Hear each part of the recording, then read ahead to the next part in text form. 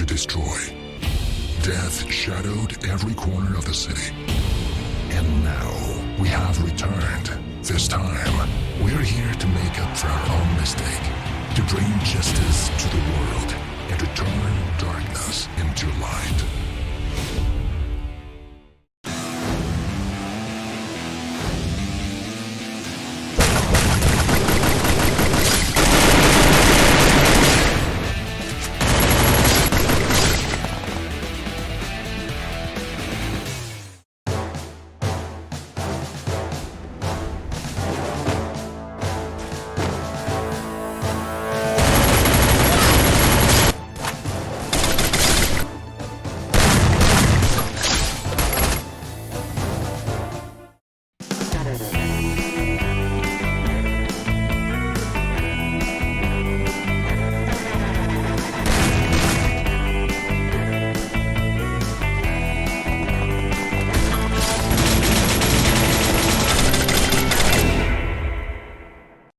Programmed to fight, to kill, and to destroy. Death shadowed every corner of the city. And now we have returned. This time, we're here to make up for our own mistake, to bring justice to the world, and to turn darkness into light.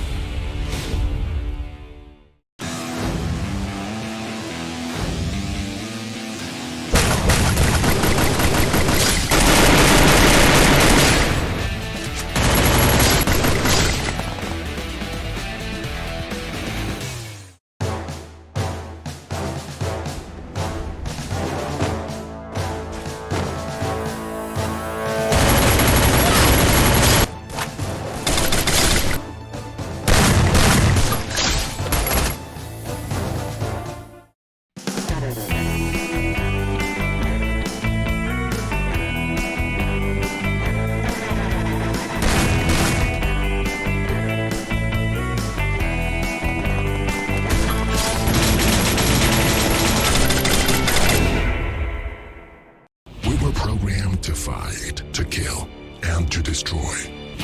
Death shadowed every corner of the city. And now we have returned. This time, we're here to make up for our own mistake, to bring justice to the world, and to turn darkness into light.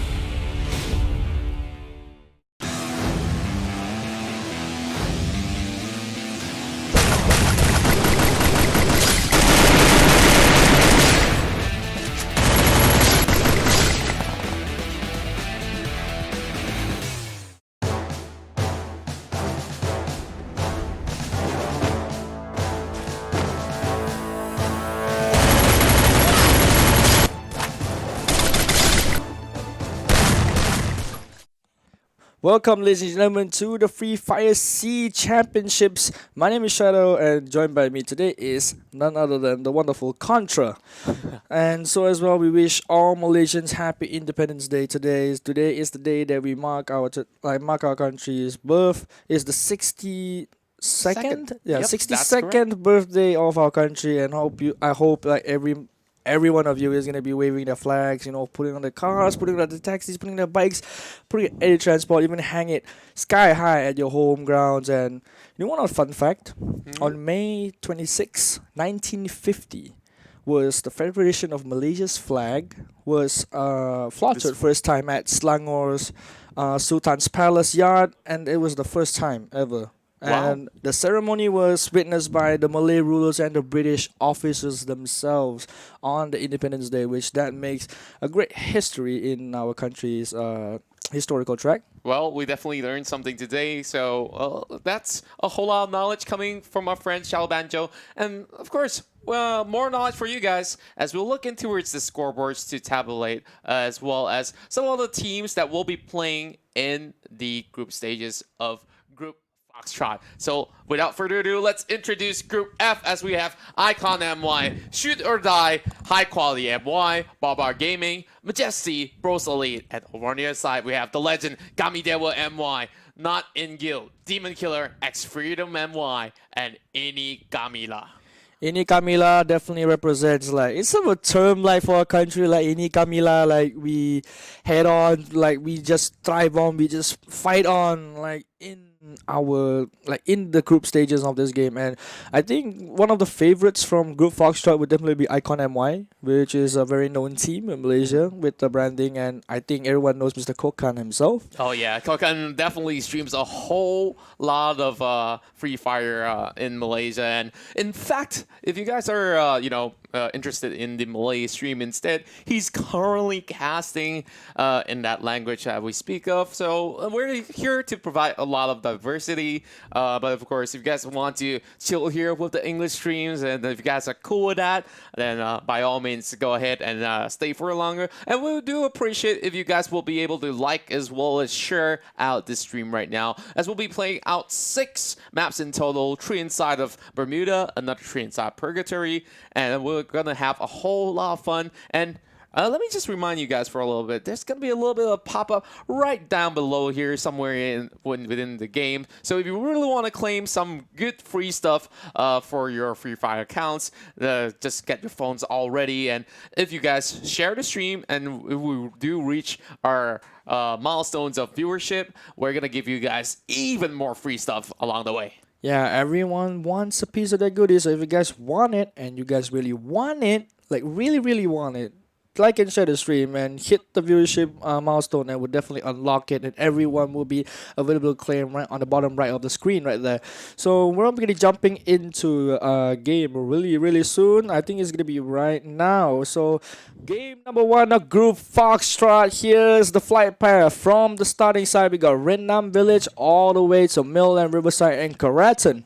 Wow, this is going to be quite a fair balanced flight for most of these teams. As we see Terror hopping off the earliest, heading towards the south side, where we see more of these teams heading towards Observatory as well as Katolicua section. Well, a lot of all these other droppers is going to be opting for a mid to late sort of a section drop. So it's going to take a little bit more time while we see Narihika on team number 4 heading straight towards the factory. Well, I do like what I see right now, but we might just see a little bit of contest on the side of Observatory in the early field bout. So we're going to find out over on the north east as well. We'll see some drops towards the side of Keratin and over on the east side of River. While we see Legend hopping right through, looking for those weapons, and immediately having those bullets shredding through, but they couldn't find anything at all. The Legend needs to actually run and hide for the moment, while we see Sal is just sprinting all across,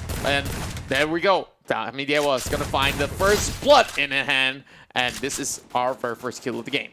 The Rasa is certainly showing some spicy Sriracha plays right here. Right now we can see Kami, Dewa, MY, Kimi is going to be moving up, taking down Ember Tech, and right now Ember Tech is going to get it down, bleeding out slowly and patiently, but gets finished off right instantly. And oh, Ikram right here getting knocked down as well. He's going to be bleeding out, and the Kami, Dewa, MY is really on a strong approach. It's going to be pushing out. I think they're going to be finishing off the 3rd player from I think they were fishing on Ikram already, and the last player, yeah, he's gonna be running off like Sao. He's gonna be running off. Oh, there's just no way for him to even contest against Kami, Dewa, MY. And now we're going to see our kill leader on our screen. Like we just mentioned, Ikram's going to be the final one for them to actually take down. And this is 4 solid kills as we speak of it. It's 3 solid kills. One of them got away. So yeah. But right now, Demon Killer is going to be slowly moving up. Todak is going to be having a pan only. No weapons just yet, but not in Gil. Mega is going to be pushing. Knocks out 1. He's going to be chanked down to 60 HP. Getting the kill up, but not yet. But right now, Kayla is going to be shooting down other people as well. He's going to be get a kill right there. So harder aim.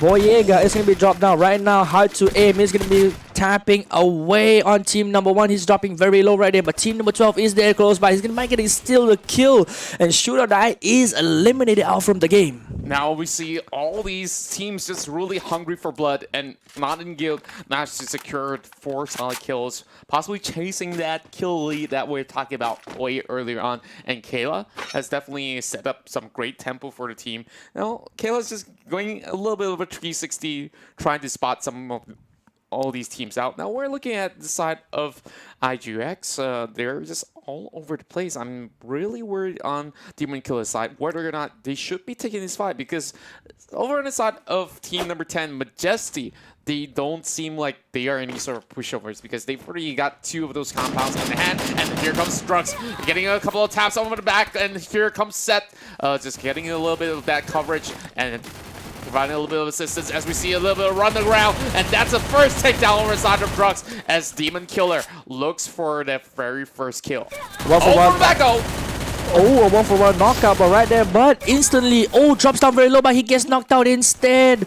But now Demon Killer is gonna attempt for the res, and everyone is gonna be pushing it down. Oh, it's a massacre right there. Shotgun shells going out, everything, guns blazing. Everybody's rocking down Majesty MY. Rakia Bauer with a double kill. Right now, triple kill already, racking up 4 kills for Majesty MY, but in trade with 1 player gone. Rokia Bawang, he just went in for the flank, and he just sprayed every single one of these members down, and in the nick of time, he managed to not only take those kills, I mean, they just went in for the setup, and that was just some crazy sort of action coming down towards the side of Cape Town. Now, they managed to secure not only the entire compound, they're already inside the first phase. Yeah, right now we can see the circle right here, as we can see it's gonna be shifting towards Kota Tua side and Sentosa. It might be even shifted to Sentosa. We don't even know yet. But right now, as Team 9, 2, and 6, this is a different game from Group Echo, because everyone is dropping on to the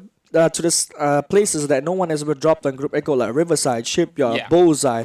No one is contesting those places yet. Yeah, it's like they respected each other's territory, and they already know that if they were to contest early in game number 1, they're not gonna get any sort of advantages. That's for sure. When you're contesting for loots, it's gonna be a little bit more scarce, and one of all these teams, the first one's gonna be able to, get whatever happened. It could be a pistol, it could be a spaz, or so. You will be having that sort of advantage towards your enemy. So might as well extend yourself towards the different sort of the township that you could possibly occupy. And when you're fully decked out or half decked out, you can commit to a fight. Yeah, but right now, Barbar Gaming is gonna be a real, like, in the middle of both teams right here, in a sense. Like, they're right in bullseye, like right in the middle between the containers and stuff. But I doubt that team number 3 has spotted them out. Oh yeah, I guess like it'll take a couple of minutes for them to actually commit to any sort of fight. And I like the addition of bullseye in towards the middle map. Back in the days, of course, bullseye have not existed yet, but there's a lot of scattered loots all across, and here over in the graveyard section, we see Kami Kimi is just trying to go in for those sort of peaks there as he tried to just do a little bit of a wall hop, but of course, a little bit too short to actually do anything at all. But Man Jomblo, one of the main men coming in from the other section of Team JK, they are just waiting it out, and they understood that there's somebody right across, and that's relaxed. Immediately gets taken down with the Scar Spray coming from Silence. Right now, 1 team member is going to be taken out from team number 8, and everybody is going to be hauled out. But right now, Ming gets spotted out. Zun is going to be playing out really slowly and passively. He's going to hop away. He knows that he doesn't have the advantage. Circle is shifted in, and they're going to be ticking off the HP per tick right now. He has 7 med kits on Choo Choo, so it's going to be a tons of heals going out. But right now, you can see energy points. He's going to be slowly deducted on the side of Barbar Gaming, Kekan, NDA. And right now, they are pushing. Kami gets spotted out. Here drops down very low, but got the shotgun right in hand, but he's got 22 HP. Glow Wall gets popped out. Barbar Gaming is in trouble. Kika NDA, he's got to fight this out. There goes Kimmy as well. Kimmy's joining the party, but instead Kikanda will fall. But yep, that was a great attempt. And he put up such a great fight. No matter, getting outnumbered in that sort of scenario, he still managed to dish out quite a number of damage. And now Kimmy soaking the outskirts of the zone. They're just going to have a really long run, and they're running towards the rest of the members of team number 8 right here. But Barbar Gaming has a vehicle. Oh my god, Kamidewa is going to be spotting out, shooting them down. Ming dropping very low. Ming is going to be dropping very low already. 50 HP down. He's going to be continue spraying. blows up the vehicle. Global gets popped and he gets a double kill on the vehicle explosion. Baba Gaming will be eliminated from the round, so there will be 9 teams left in the map. What a great display of like skills right there for Kami Dewa MY. Exactly, and 7 kills. This is a really huge lead that we're talking about here. And though they do have 7 kills in the back with the most amount of points as of current, they still have a long run in towards the next phase, because this is them having to cut across Plantation and maybe into Bimisakta Strip, where there are teams already inside, and they're the only ones playing from the outskirts. Well, they're just gonna possibly look for a sort of vehicle for them to rotate. That's the best option that they have on the table. But when we look into the other teams that is still currently contending, Ashit's going to be taken off from the side of X Freedom MY, while AZ Lito doesn't really get too much for himself as well. Like, he's got a lot of all these stuff stacked, but no signs of any other contenders around them in that section. And the last time we spoke of it, the nearest one will be in Bimisakta Strip, but they're not going to move too much anyways. Yeah, they're not going to move too much, to be exact. And I'm kind of worried about for Team Kami, because they are moving into the circle. They might get, because they're going to be encountered through teams like team number 2 and team number 7. Like, they're going to be encountering those 2 teams guarding the edge of the circle. As we can see, look at the teams moving. They are moving around like a pack of wolves right there. And right now, we can see 2 of the members right there, they're staying in the house and not making any movements. Even though they spotted out the crate, they are not going to go contest for it, because it's going to be a risk. Yes, that's definitely a huge risk to take, and none of all these teams want to drop out early, and of course, they're all just looking forward to break themselves the highest points as they could coming in towards Group F. This is by far the very first game that we're talking about here, and you really want to get that momentum going. Sometimes some players will go on that mentality tilt where, you know, oh, I lost this game, we're not good enough, and you start shoving a lot of thoughts in your head, which is not supposed to be that sort of mindset that you want coming into game number 1. But if they could definitely go in for that mental reset, then by all means, that's going to be great for the team. Yeah, of course. Because on the screen right now, we have Icon MY, Icon Vox, right here, still playing on the mountains and hills, trying to spot aside any enemies trying to attempt to, like, you know, come around to those areas right now. But team number 4 is there. Icon MY really playing it very smartly, grabbing 2 vehicles. They're pulling off a vehicle strike right here, because those vehicles might be the ticket out from some sticky situation, or they might even use them to bait the enemy teams and scout out like wherever they are. Now, that's a really good strat pull off. But right now we can see team number 2 and team number 7 having some fights. Oh, it's just a little bit of chip damage coming in towards the side of Z, as Zuxin once again from the side of Kami is being able to actually go for a little bit of pull there, trying to put bullets into the hills of Genting. And my goodness me, that's a little bit of long range in through the grasses. And yet again, you see all these members from the side of Team Legend. They are just falling a little bit backwards, but they do have the circle, so they could still hold on to this sort of section, knowing the fact that high quality needs to go for the push. Yeah, but high quality can't do anything just yet. But Dumi is losing some shot. But easy little 97 is gonna be landing some shots, dropping down some of the members like 275 HP. There might be a chance to make a play right here, but I don't think Freedom Express should be making this play right now. They should be playing really passively, because they know for a fact that Kami is really behind up. Like, they could third party anytime, but they're not gonna doing that. So, but they're gonna be still fighting on. Yeah, I guess like they possibly could go for those third-party kills that you're talking about here, because 3 teams. We're talking about 3 teams committing towards this hill that we're seeing here, and over inside of high quality, they're just waiting for those muscles to move. A little bit of the damage coming in from the nades, and we see members of X Freedom MY are just waiting for it to happen. Oh, that's another lob, and they're running for their lives. AZ Lito will already spot out those sort of lobs, so that's easy for them to dodge anyways. But here comes Mimpy.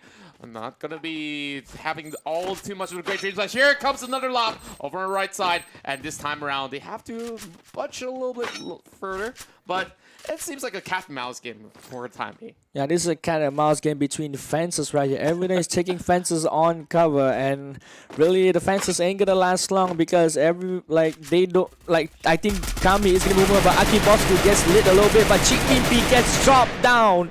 Bukit Genting is gonna be dropping down one and finishing off as well. Aki Bosku is gonna be pushing up onto the side of Team Freedom X and Y, and everyone is gonna be going into chaos. Team number 7, one of the members is dropping very low, gets healed up, but Freedom is gonna be pushing up. He's gonna be spawning to the half wall. He's charging in alone. He might not be ready for what's about to happen because he's cutting over the corners, hopping towards the wall, and I think that he already heard some movements right there. Getting the shotguns prepared, M1014 on the loose, and immediately pulls out the glue wall right in front of each other. There's still another member right across 77i. It's just waiting for those muscles to move, and here comes those shotguns they brought to the table. Immediately going for the shot, but it's a 2v1 that we're talking about. Izalito gets punched out, and there we go, another glue wall, and yep, it's just gonna be him just taunting him out.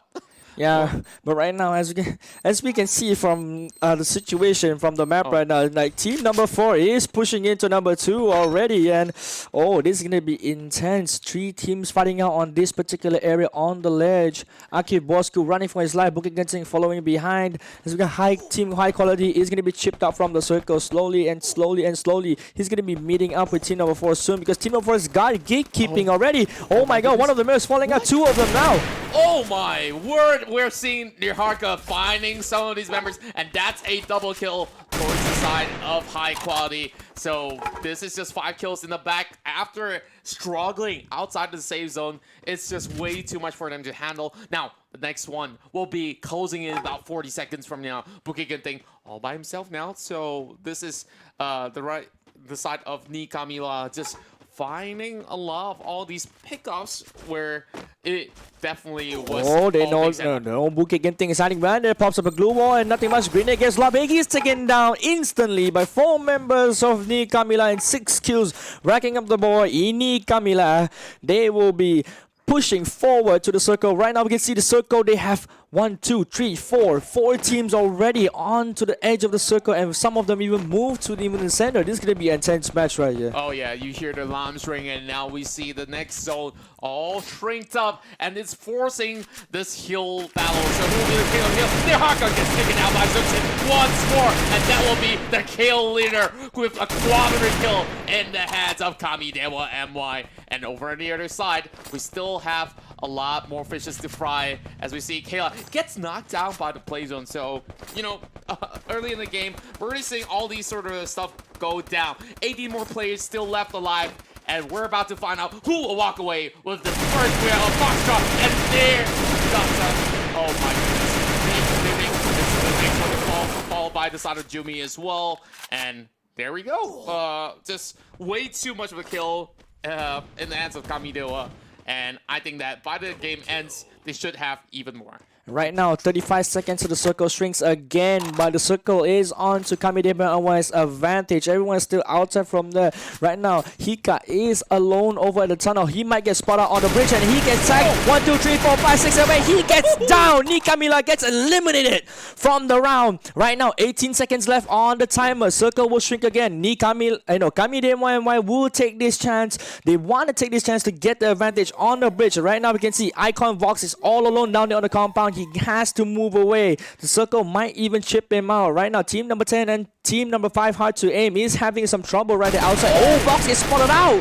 Oh, that's just a close call coming in. Zirksin is currently the kill leader, and he spots out all these members from the side of a lead and looking for Rokia Pawang as well as Sinjut over on the other edge. Nothing good will be the next one, and this will be a top game for the time being, waiting for the third party, and this is another kill secured by Kimmy. Well, Zirksin definitely went in for the taps, but it won't be secured, and Sirius is getting a little bit of a helping hand. Fox will be the next one to the topping block as Icon MY will be coming out on third place. It's between Kamidewa as well as Elite, but it's only one man versus the rest of Kamidewa MY. I guess we already got the Booyah in the back.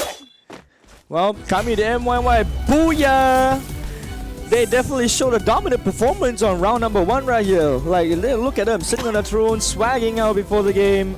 definitely have to give credits to Kami Kimi for making an aggressive push. But as you can see on the scoreboards, we have Kami the MYY emerging number 1 on round number 1 with 17 kills and racking up 370 points in round number 1, and followed by Majesta MY with 6 kills and racking up 140 points. Icon MY falling short with 1 kill but still has 37 points. Not in guild, 5 kills and 114 points. That's pretty impressive. Wow, that is some insane matchup that we're talking about here. I mean, 17 kills. This is the record high that we're seeing for today, and they definitely did not disappoint. Even like the earlier teams that actually played, such as Demon Killer, they managed to secure quite a number of kills and walk away with a total of 61 points. So we're going to take some time to tabulate all the results, and then we'll come out with all the other score boards that we can possibly bring up on the table, because it's not only about those rankings, we're going to tabulate all the kills. So it's going to take a little bit of time, but wow. Well, Kami definitely played a perfect game in that sense. 70 kills plus the position points.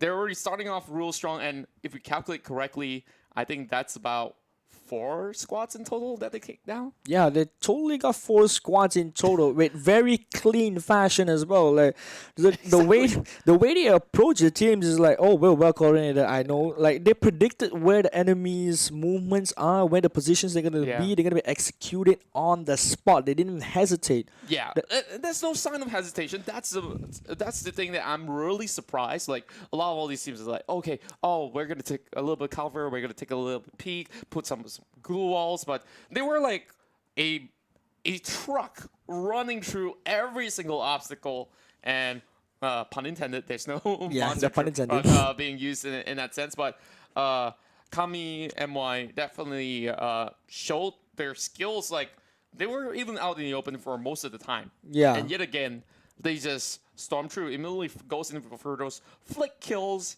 and that was just some impressive stuff coming in for them. So Shadow, let's break down some of the highlights that we have for game number 1 in Group Foxtrot. So the first highlight definitely would be the teams that will be dropping down some spectacular faces. Right now we can see Kami MY starting off strong with First Blood with the shotgun early kill, and Kayla not in guild getting some solid kills with the Scar, but nothing happens out. But this is the thing I wanna like point out. Hard to aim, you tag them a lot, but then don't need to commit that much, because exposing yourself for, like, you're in the open field exposing yourself to too many teams. That's not unnecessary, but that's a good try for effort. Yeah, and also we see Demon Killer taking on members of the side of Gilly as well as DK, and really manages to go in for the sweep, and I would say Majesty definitely put up a great show. Look at how Rokia did this. He went for the turnaround, finds members of the side of DK, and managed to actually wipe the entire floor clean in the early stages of the game, leaving only. And this is Kami MY showing up great resilience and great commitment to the fights they chose to fight, and the decisions that they made right now. We can see Kami MY fighting against Barbar Gaming. They know that Barbar Gaming has no advantage left. They healed it up. Even though the circle is chipping them out, they still know that they're gonna do it. They're gonna see.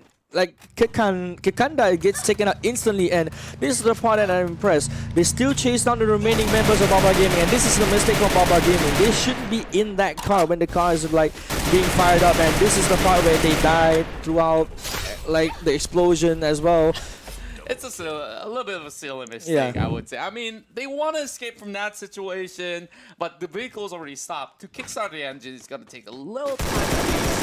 And these are some long-range attempts coming from the side of high quality, as the previous game. I mean, the previous fight that we saw definitely was something that was pretty sick outside the zone, where they had some long-fought battles. But this was a long-fought battle as well. A lot of trade of the nades, a lot of flashbangs being utilized as well. But after all that, high quality, having the first one to drop out definitely didn't have any sort of advantage against X Freedom because they were freely rotating across the outskirts. But easy little right here, like whiffing some shots and gets knocked down instantly. But the teammate goes for the revive, but it doesn't work out. Here's a gun team gets taken out like instantly because there was two open field hub right now. But this I have to respect. Zoom with the long range taps and sprays. He gets one immediately when they start seeing him, and this time he's giving info to his team that hey, there's a team behind us. We gotta commit right now. See Zoom, look at that. His commitment to the fights. He chose to fight this. He chose to like eliminate this team instantly because they don't want to have no third party. And Hika right here got caught out because there's no much spots for like Hika to hide anymore. Yeah, and Zuxin is definitely the MVP coming into game number 1 that we just saw. And look at how sharp this guy is. Like you saw him taking out the legend. And right down below, it really spots out Voucher, slips it right into that crosshair, and immediately tries to take down elite members. And this is where Fox actually have to go up and count. They know that it's a top 2 scenario, and all he has to do is just try his best. And now that there's only one last left, elite will be the place winners in that sense, and which will leave Kamidewa on #1 spot with the Booyah, and that concludes game number 1. And it was pretty epic. I felt like this was one of the cleanest games that we've seen from any sort of team. Yeah, Kamidewa is really solid, really clean, and and Zun actually stole a kill from Icon Vox. Like Vox knocked down a member of Elite, but instantly gets stolen away by Kamidewa because it was too open and it got knocked down in the open field. But a kill is a kill. You like want to steal as many kills as you want. You get as many kill points you want. Like look at that. Like all those kill points and placement points, they're gonna be staying on the top for quite some time. Yeah, definitely gonna be there for some time. And of course, now that we've already got game 1 through, game 2, will we see more comebacks and more challenges for Kamidewa MY? It's time to find out. My name is Contra. This is our dear friend here, Shadow Banjo, bringing you the Free Fire SEA Championship Malaysian Qualifiers. And we'll see you in a couple of minutes.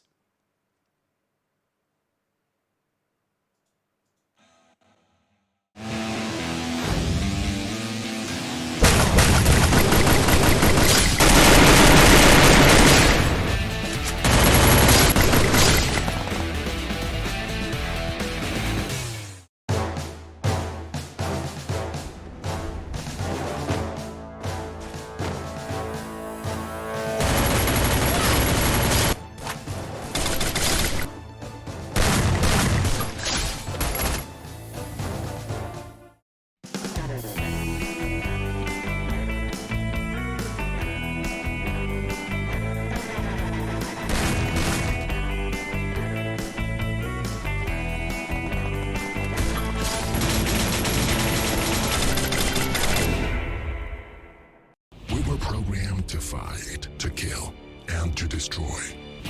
Death shadowed every corner of the city. And now we have returned. This time, we're here to make up for our own mistake, to bring justice to the world, and to turn darkness into light.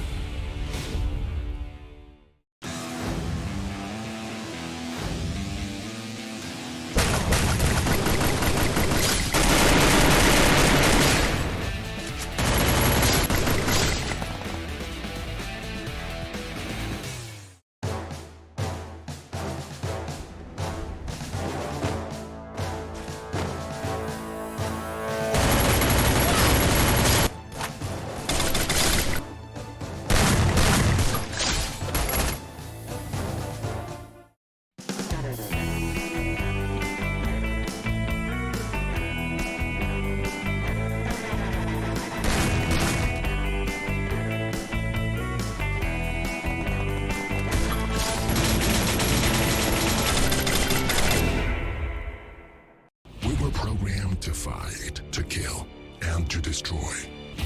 Death shadowed every corner of the city. And now we have returned. This time, we're here to make up for our own mistake, to bring justice to the world, and to turn darkness into light.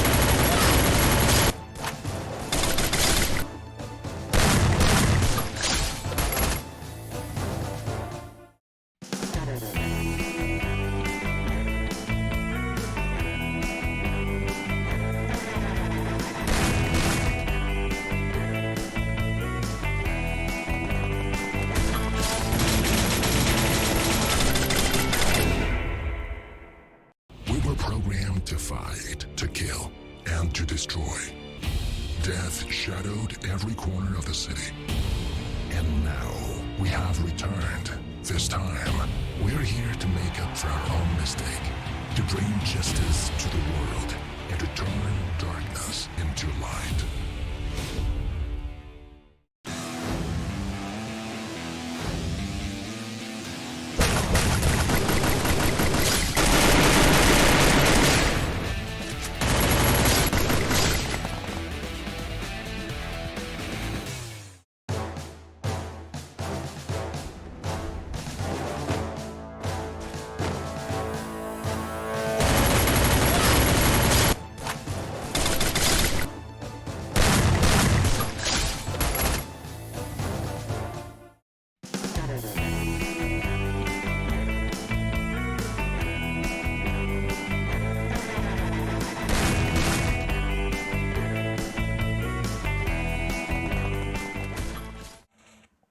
And welcome back, everybody, to the Free Fire Southeast Asia Championship Malaysia Qualifiers. My name's Contra. This is Shadow Banjo, bringing you all the matches as we've already concluded the first match of Group Foxtrot. Of course, all these players are eyeing out for that 55k ringgit prize pool that they're trying to achieve. Not only that, they are also looking to represent their nation, Malaysia, on the global stages in the Free Fire World Cup, and we hope that they will definitely do us proud if they do make it towards those rounds. But there is still all these obstacles that they have to go through. First, there's the national qualifiers, and then there's the invitationals for Asia, and there's so many of all these huge teams out there waiting for them. Last year, we see EVOS winning the World Championship, and who knows, this year, Southeast Asia might just have it in the back once again. Yeah, like we definitely would want Southeast Asia to like be in one of the global stages and actually win and bring that trophy back home to our home soil. Like I don't want to count Malaysians only. Like in whichever country who wins it, it's gonna be fine because in the end of the day, they will be representing our region, Southeast Asia, which is gonna be like a very proud and pride moment for us. Yeah, definitely. And there's so many other great teams all across the world, from India, from Brazil, South America, even North America have a couple of teams as well from the looks of it. And there's just more and more people joining into the party. And if you guys are, grinding all these hours on playing Free Fire, you might want to consider signing up because there's so much potential when it comes to esports for Free Fire in the long run, and we still have more tournaments to come, and I'm really gonna be looking forward to that. So Shadow, last round we see a dominating performance from Kami Dewa MY. Are you expecting any other teams to achieve that level of performance? Because we've already seen Group E earlier today. If you guys missed out, it's OMR Guy to be the winners of Group E. Now, Group F seems like there's a little bit of a solid contender coming in. Yeah, this is a solid contender. Like Kamidi MY really showed like a dominating round one performance. But in the end of the day, there is still 5 more rounds to go. There is a lot of teams to go. So I think for Farmers, I definitely would see that Barbar Gaming and Demon Killers is gonna be having like some sort of like motivation already because they know that hey, we got some kills, we got some placement points, we're in top 10, so there might be a chance to chase up the leaderboards. But then they gotta remember like kill points doesn't matter. Like 1 kill is equal 20 points. Like it's more than your placement points already, so you gotta be chasing the kills. And chasing for kills is one thing, but trying not to be reckless sometimes. Yeah, Like we saw just now. We saw some teams really went guns blazing and they didn't watch their backs and Yeah. got shot right in the foot. Literally. Literally. Like, shot in the back, shot in the foot. Of course, they were not really all too careful enough. This is the thing about Free Fire Battlegrounds is that there's just so much of that skill level that you can always improve yourself in so many criteria when it comes to professional play as well as competition. And not only that, it's also fun for casual players. So that's the best of both worlds right there. Yeah, and even though like if you improve yourself more and more and more in the game, and like you fix up your aim, you fix up this and you fix up rotations, but if you can improve as well as the mechanical plays like mechanical plays like the glow wall plays or even the bonfire plays like bonfire I'm not seeing that much today because like nobody's placing it up just yet, but the glow wall plays definitely like group echo just now like in display of OMR guys, they not only use the glow walls to protect themselves, they even use it to box enemies in and Oh, yeah. even like It's like squeeze to them together. imprison them for a little bit more, force them to areas that they could not even move around. Yeah, that's right. Yeah, That's my point. And they can't really move. They can't really do much, and then you get to secure the kill. Now, speaking of all these sort of like setting up for all these kills, and of course the game itself, we got something set for you guys back at home because we have a lot of free stuff to give away, but we need your assistance for a little bit. So if you guys see the share button right down below, go ahead, share it all over Facebook or any social media platform that you are currently using, and you may walk away with a lot of freebies for everyone out there to claim. So we're trying to hit 1,500 viewership, and if you guys get to hit that sort of threshold, we're gonna unlock some mystery gift up for grabs. Well, might not be a mystery anymore for some of you guys, and if you guys continue to tune in, there's a lot more to be given away throughout the rest of the game. So make sure you guys are prepared to receive all the free stuff that we're gonna be giving away today. Yeah, like don't miss the chance out. Like freebies, it's freebies. Like even I want some of the freebies. Yeah, I wish we could potentially whip out our phones and crack in those codes and just take all these weapon skins. Yeah, like and, those skins diamonds. and like even weapon coupons would be fine. Like I guess. I really would love to get my hands on all these shiny new costumes, as well as True, the glowing skins guns. actually look nice. Yeah, now, of course, it's pretty beautiful, and there's so many options on the table for any one. Whether you're female or male character, there's something for everyone. And we're looking to start off our second match of Group F. Are you ready, Shadow? I'm ready. Oh, I'm yes. super ready for this. And if you're ready, then let's head straight in towards Garena Free Fire Battlegrounds, as we have our C Championship running all the way to later in the evening as well. This is our second match inside of Group X Foxtrot, as we see this fight coming from the side of Marble Works, heading towards the lower end of Campsite. Well, this is certainly a very interesting flight path right here, and we can see all the teams is going to be dropping towards golf course and a mountain villa, and so as well as Central, but a lot of like 2 teams and 3 teams are contesting Basilia, and towards Campsite there's nobody contesting just yet. Oh yeah, there's 1 team at Campsite already. Over on the 2 side of teams. Central is going to be pretty much packed, and we see Team MB opting to bail away. Smart move and call coming from them, but over on towards the west, we also see a little bit of a struggle, but Brasilia is where we really want to see things get down and dirty, as Demon Killer are getting ready to possibly take down whoever is right in front of them. Have that M60 Arsenal, and over on the southern side, seems like they're already going in for those trade-offs. Kami is gonna go in for the flank to win it for first round. And Billy goes in for Kimmy, and Nimby secures one in the back.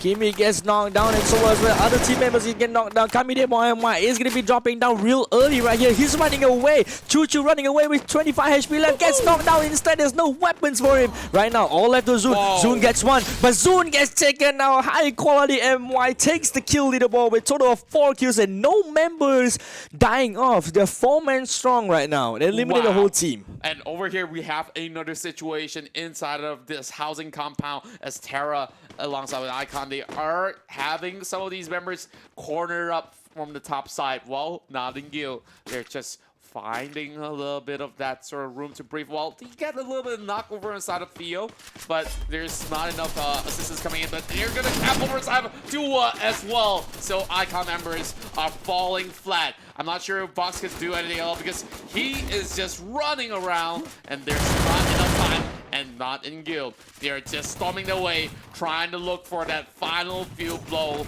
and Fox is just trying to run it, and this will be it. Double kill in the hands of Booyah. Make that a triple in that sense, as we see these early teams dropped out. Yeah, Icon MY, one of the favorites in this tournament, getting dropped early. But right now, you see Demon Killer is dropping down.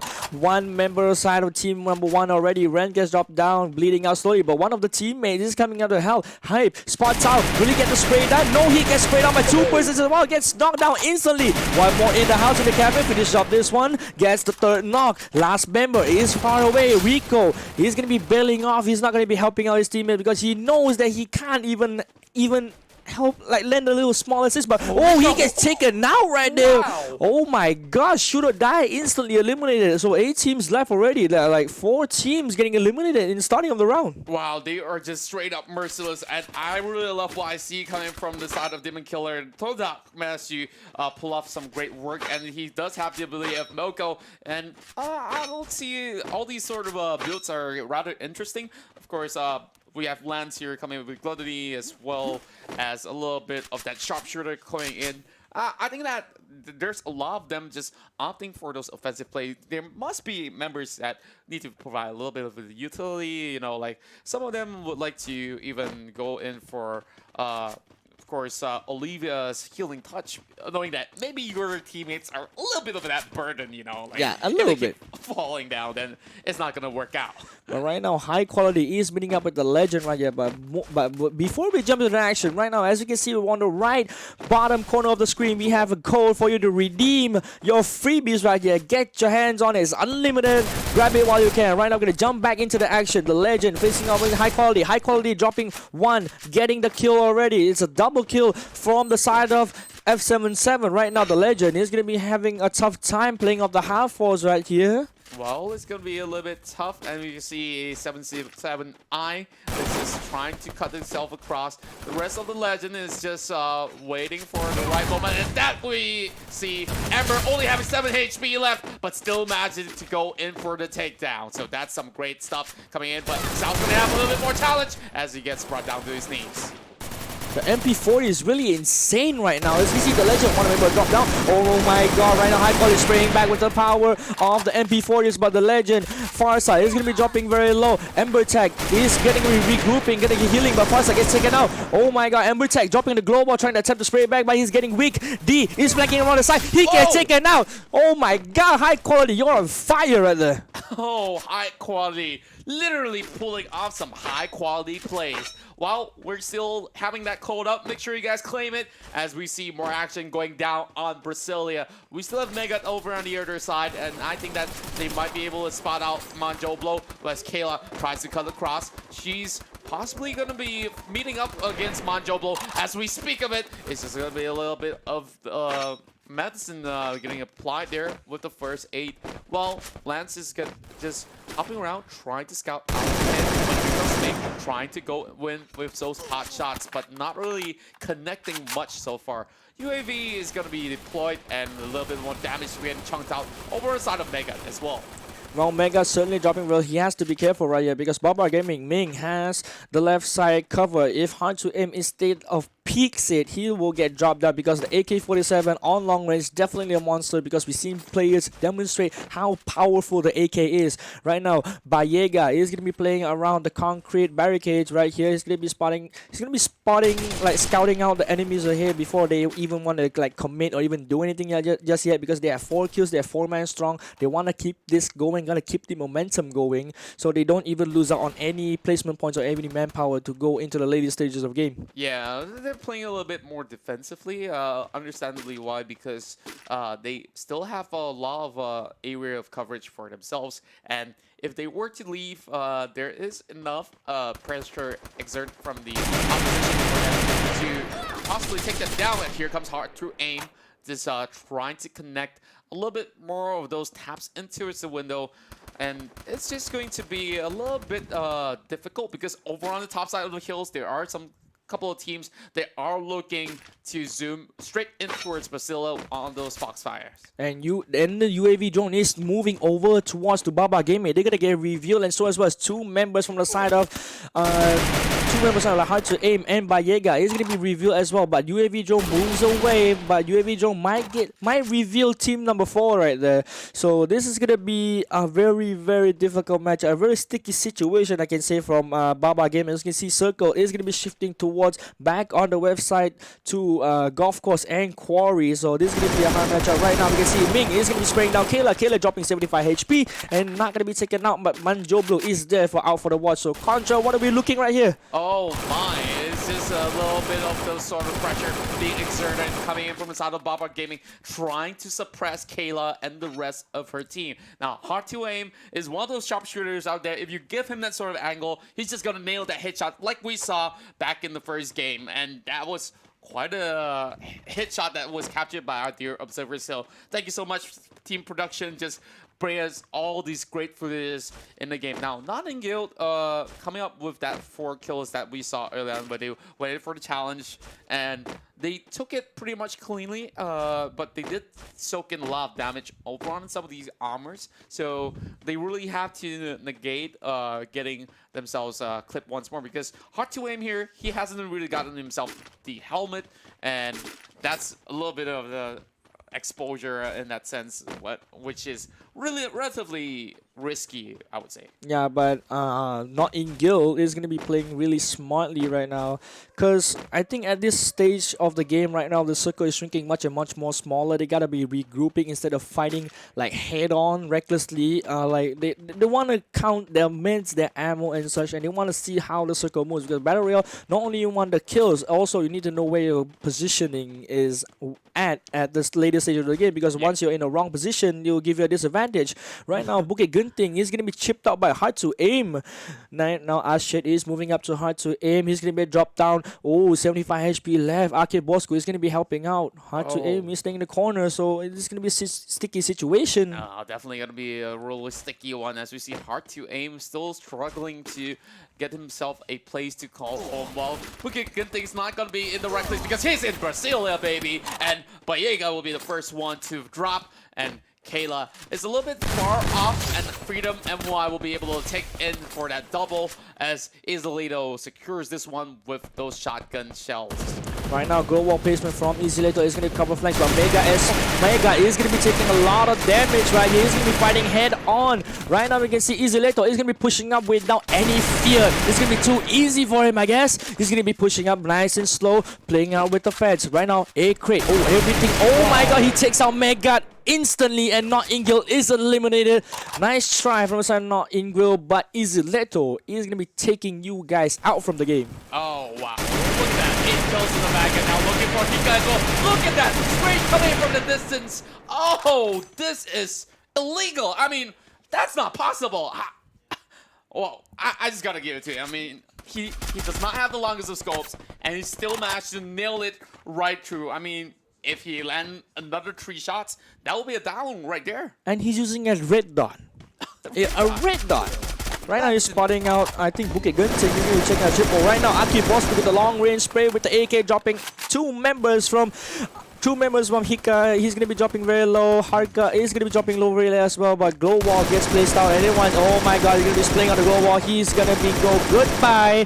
Right now, 2 more members on the side of Team Harka gets finished off. Hika is dropping very low, running away from his life. Ashet is chasing him down. Oh, there we go. They're still on the hunt, bringing out the katanas as well as the shotguns.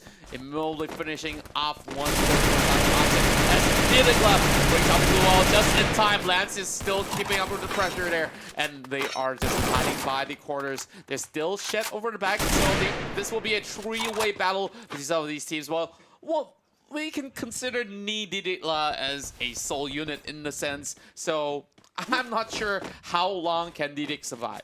Yeah, but Didik is going to be surviving alone. He's going to be driving out, but he gets sprayed down. His car's going to be on fire. He's going to be getting out. Oh my god, Global getting pulled. Ashet pushing in. He tags up Ashet. Ashet dropping very low. He's going to be pushing really aggressively, but he gets shotgun to the face. Ni Kamila is going to be eliminated out from the game. 5 teams left in this small circle, but circle is shrinking in. Oh my god. A lot of things are leaving us with disbelief, but Ashit is definitely clutching it off with a quadrant kill over the head of Bukit Gunting with the spray. That was a perfect run for Zod, as we see Lance watching for as well, getting clipped out. This will be some really bad news for Manjo Blow and the rest of the team, as JK most likely will not be able to survive as Baba Gaming is already out. 4 more teams left on the table, my friend. And Brasilia always offers something huge. Yes, Brasilia definitely offering something huge throughout these games. Like, it's only game number 2 when it's going to be hyped as hell. Right now, we can see team number 2, Bukit Genting, is going to be staying up on the hills like Genting Highlands itself, into spotting out team number 7 right there. Check Mimpi. High quality. Oh, high quality. Wow. F77 is going to be taken down instantly. Easy. Are you a maniac? Oh, look at high quality kills. They have a whole lot of kills in the back, but now facing off against Bukit Genting, they have the dual walls, but it's not going to be enough for them to actually land those pot shots from across. There's a little bit of trade-off coming from Bukit Genting as well, trying to nail those pixel shots, but it's not going to connect at all. They're trying to find a way, but he's getting a little bit of clip as well, as Bukit Genting will be the one to fall. Now Bukit Genting is falling down, but his team is going to be raising him up. So it's still a 4v3 situation. Easy Leto getting tagged out a little bit. High quality Mimpi. Chick Mimpi is going to be using his AK-47 and tagging out everyone. And Deep Base 77 knowing that they cannot fight this anymore. They gotta move into the circle before the team 2 is moving in, because right now we can see team 11 Elite is going to be guarding the space with the M249. These players are going to be, shit, gets tagged out already. Got the AK pointed over the side of Sinjo, trying to line it up. Oh, this is going to miss those shots. The recall's a little bit tough to control. You gotta give him props for even trying with the AK. But now he lets loose all those fire. He's getting shot back coming from Sonic Majesty, and it does not look good at all. Russ will be able to get taken down, and we say no to contrabands. No contrabands at all. Right now we can see, Easy Leto landing some nice shots right there, but Glow Wall is going to be placed out. The Gold Wall plays are coming out already. Easy Leto has got to move to the rock right before the gates out. Oh, he gets taken down before he even gets to cover. Right now Circle chipping him out. Right now Circle is pushing in already. He's placing down the Gold Wall. He knocks down one. Easy Leto is going to be chipped out from the Circle. There's no way to save him right now. Oh my goodness, the walls are even greater than you know who makes all these walls come up. Well, Majesty will be able to get that kill secure. Takes out Bukit Genting, and now Majesty's looking for more. We're seeing them trying to pin down all these other members on the other corner as well, as things get chaotic down over the south side. There is a team cutting across the river as well, as they are trying to land it safe. The tripling guns are being brought out to heal up, but Drugs, they are trying to pin down Active Bosco over the back, just landing one bullet shot. 79 and 91 HP is still left intact for us out of Majesty MY, but Active Bosco is just being pinned down by the corners of the tree. There's nowhere for him to hide, and definitely no time for him to peek at all. Yeah, Freedom X MY is going to be having themselves in top position. Right now, Majesty MY still has the upper advantage with body count 4 members against 1 member, Active Bosco right there. So with the M249 as well, like High Quality is making a run for it, but he takes out Majesty last remaining member. But right now, Elite Snoot is going to be going on, but High Quality Deep Bay gets taken out instantly. Oh my, death from above, like we called it out, as we see Senjun already getting into position. Rokia Baba over the back. It gets a little bit of the coverage coming from the side of Drugs. I mean, we don't condone Drugs, but these guys, man, they're good. They are so good right now. They're on fire right now. Team Majesty MY is going to be facing off team number 10 already. Team number 10 is going to be having advantage right now. He's panning his own teammate. He's going to be having some fun right there for a little bit, covering him on the palm tree. Right now, Todak might be spotting them already because of those noises right there. And Circle is shrinking. They've already spotted them out, but it's too far of the distance for them to commit, because it's between these two teams. They know that eventually they have to fight in this sort of scenario, and they're taking trees over on the other edge, and we're looking at the Circle heading down towards the side of Elite, while we see members on the side of Demon Killer is just trying to find a way to push through. Right now, Demon Killer, one of the members gets taken out already. Elite Sunjun is going to be spraying with the M249. There's nothing much they can do. DK Dong is dropping to 115 HP, trying to patch up. Right now, on the lower side, Set is going to be taken out by the M249. This guy is insane. Sinjun spraying now with M249 like a Rambo. He is. Oh my word. Like, look at how he controls it. Like, he puts the scope right on top and immediately goes in for the spray down. And look at the hip fire display coming out over the side of the as he's trying to run for his life. Boogie's knocked away. And there we go, ladies and gentlemen. This is your kill leaders walking away to the Booyah. It's Majesty MY coming with the second Booyah of match number 2. Definitely no one wants to mess with Senju right there because of the M249. Like, if you put up a glow wall, it means nothing. As we can see on the leaderboards, we have Majesty MY with 10 kills, staying Perfect. on top of the board, and Demon Killer with 4 kills on number 2. High Quality falling down with 8 kills, but with 3rd place. Right now, we can see Ooh, look, Freedom, 17 kills. and look at Freedom MY. They're actually topping the charts with 354 if we calculate correctly. So this is going to be really huge. Now, Nikamilaka on 6, 9 go on 7. Legend as well as Shirodai will be coming at 8 and 9 respectively. And on 10th place, we have Icon MY. Not really getting much of those early kills, but they definitely need to put in a whole lot more work coming in towards the next round, as we'll have more games to go in game number 3. But let's bring this for a little bit. Like, Majesty MY, they won. But once again, because of the kill numbers, they did not secure the first place. And this happens a whole lot. Yes, definitely kill points do serve a big impact in this tournament itself for Free Fire itself, because each kill is 20 points, ladies and gentlemen. So 20 points is quite a lot. Like, in terms of placement points, like 1 kill equals, like, to be exact, your placement points already, because it's like a quarter of your placement points. So what did Freedom did, like, even though they got placed on top 5, they got enough kills to cover up this round that they needed the points for, to like be staying on top of the leaderboard. But in the end of the day, like, even like Majesty MY, they got 10 kills, yes, and the placement point, but in the end they still got 300 points. That's not enough to top. Yeah, definitely.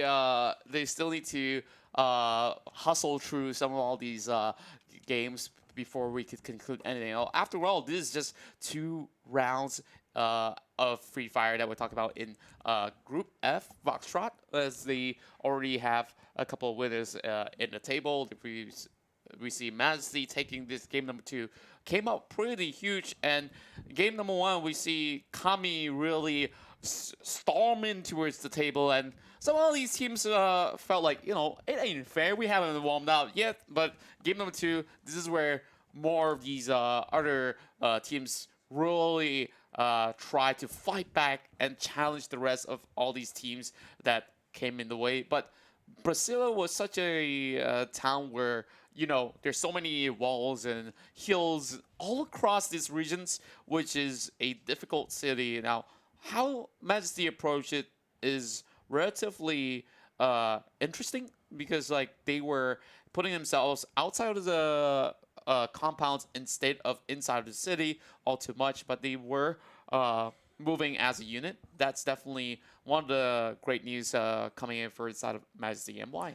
Yeah, like I like how the way they played off on the buildings and stuff. Like, normally if you see players going around buildings, like, you would expect they are in buildings, but to be honest, like, in all honesty, like, if you see buildings around you want to play with, I'd rather you stay outside of the building, because if you stay inside the building, eventually you get boxed in easily.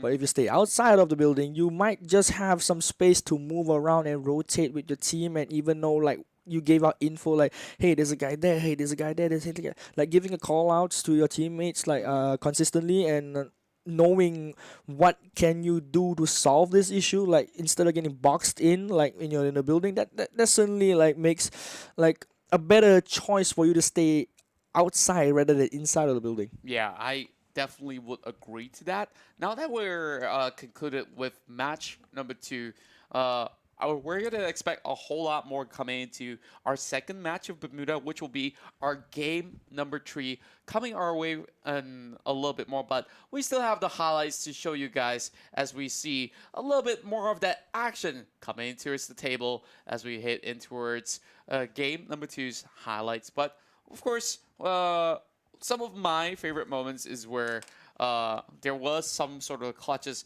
coming from the southern side of Central. That's where there was like those flanks that were real huge, And I think that some of all these players really stood out, especially well, Kami in game number 1 they did relatively great, but game number 2 they did fall short for a little bit more. Although they did not walk away with the Booyah, they still raked in quite a number of points. So we're just waiting for the points to tabulate up before we announce it to you guys back home. And if you guys are watching this right now and wondering what this is all about, this is the Free Fire C Championship Malaysia Qualifiers. So most of our Malaysian teams are looking to battle it all out to represent Malaysia in the global stages, in the C Championship, of course. And if all goes well, they'll be playing in the Asia Invitationals and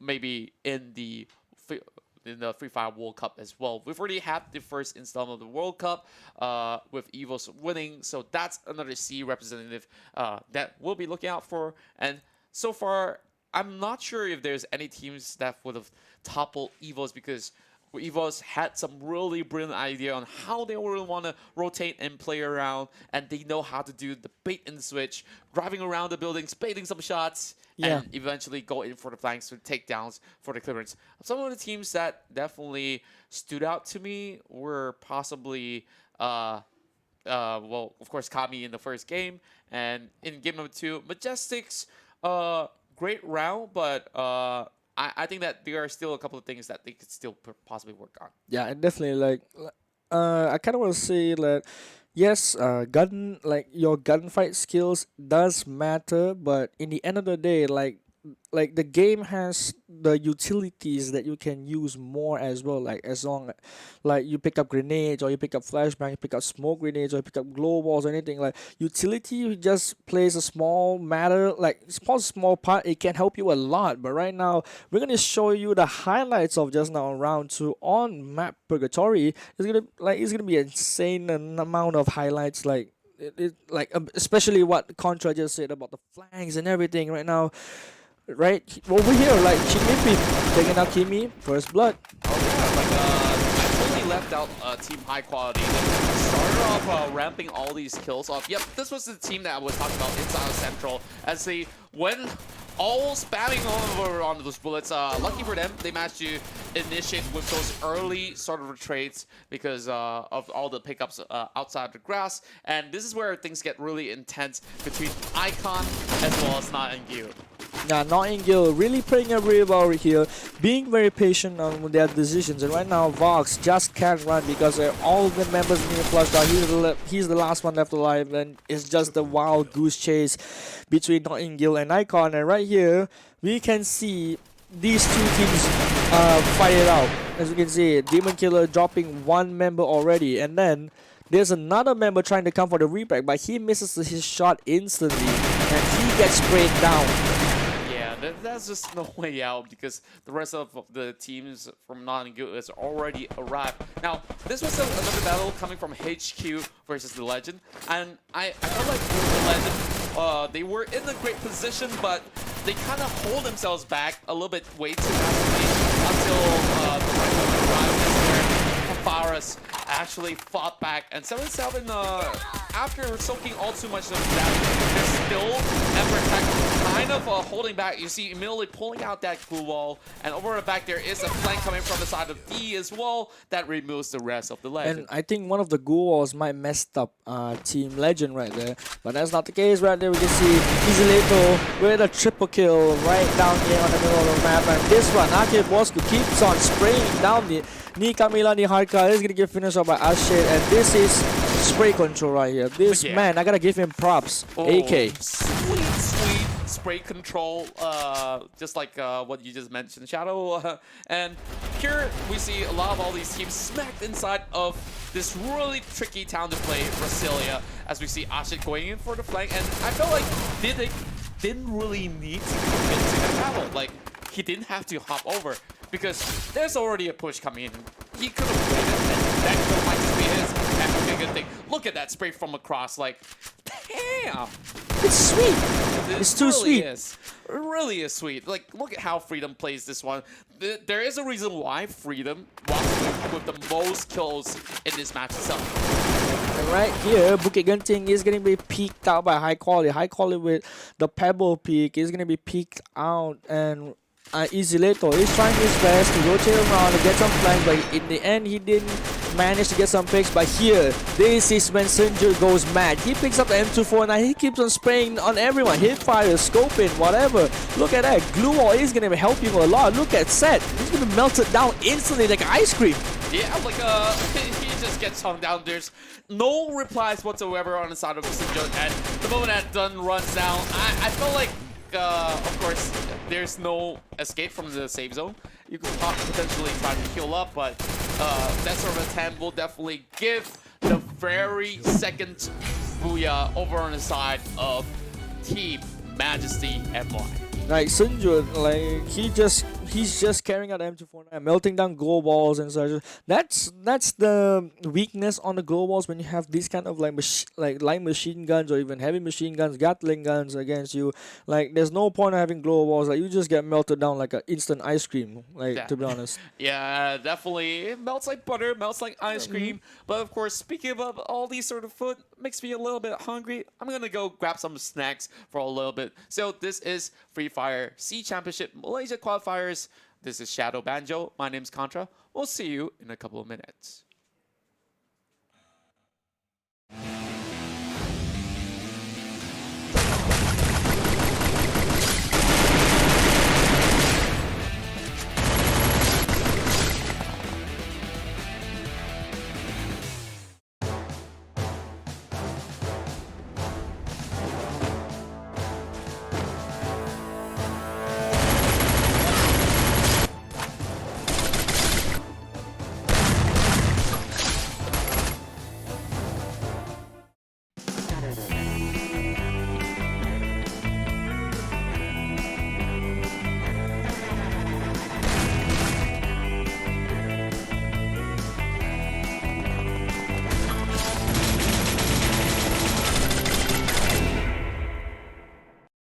Programmed to fight, to kill, and to destroy. Death shadowed every corner of the city. And now, we have returned. This time, we're here to make up for our own mistake, to bring justice to the world, and to turn darkness into light.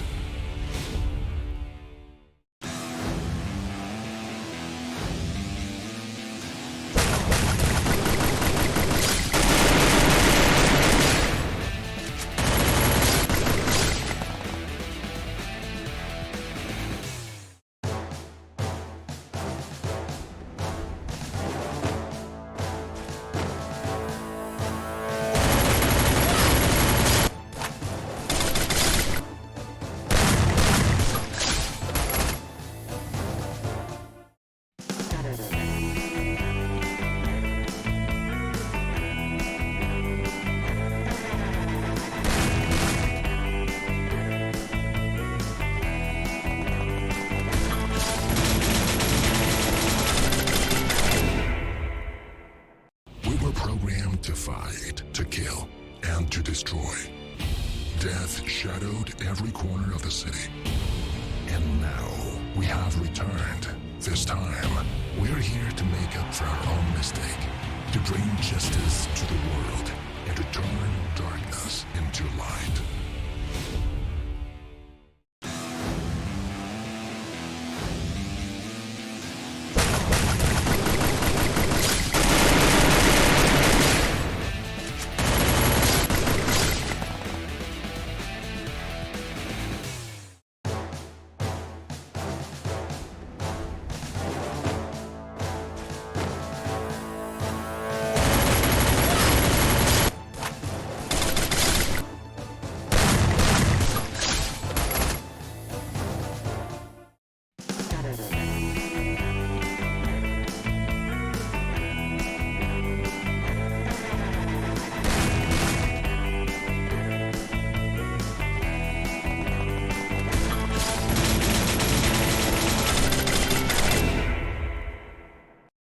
Programmed to fight, to kill, and to destroy. Death shadowed every corner of the city. And now we have returned. This time, we're here to make up for our own mistake, to bring justice to the world, and to turn darkness into light.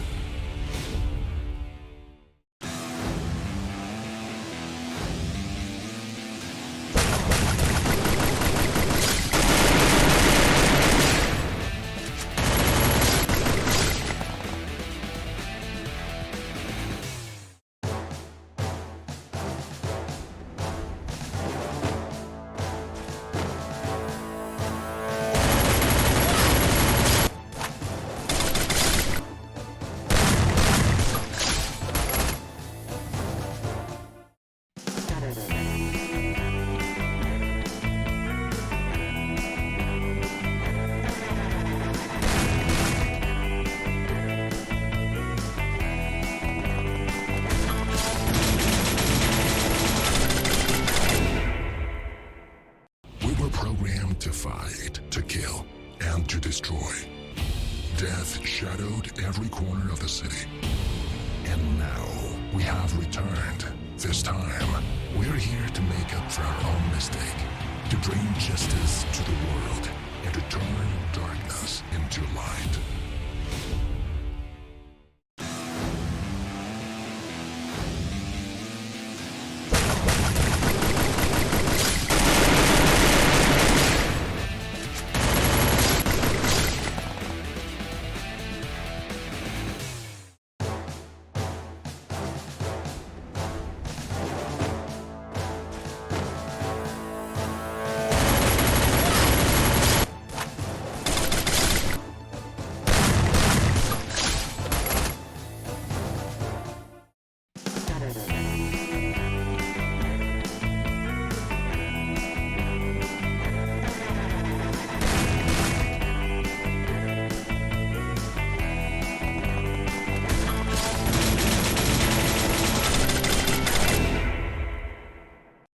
Programmed to fight, to kill, and to destroy. Death shadowed every corner of the city. And now we have returned. This time, we're here to make up for our own mistake, to bring justice to the world, and to turn darkness into light.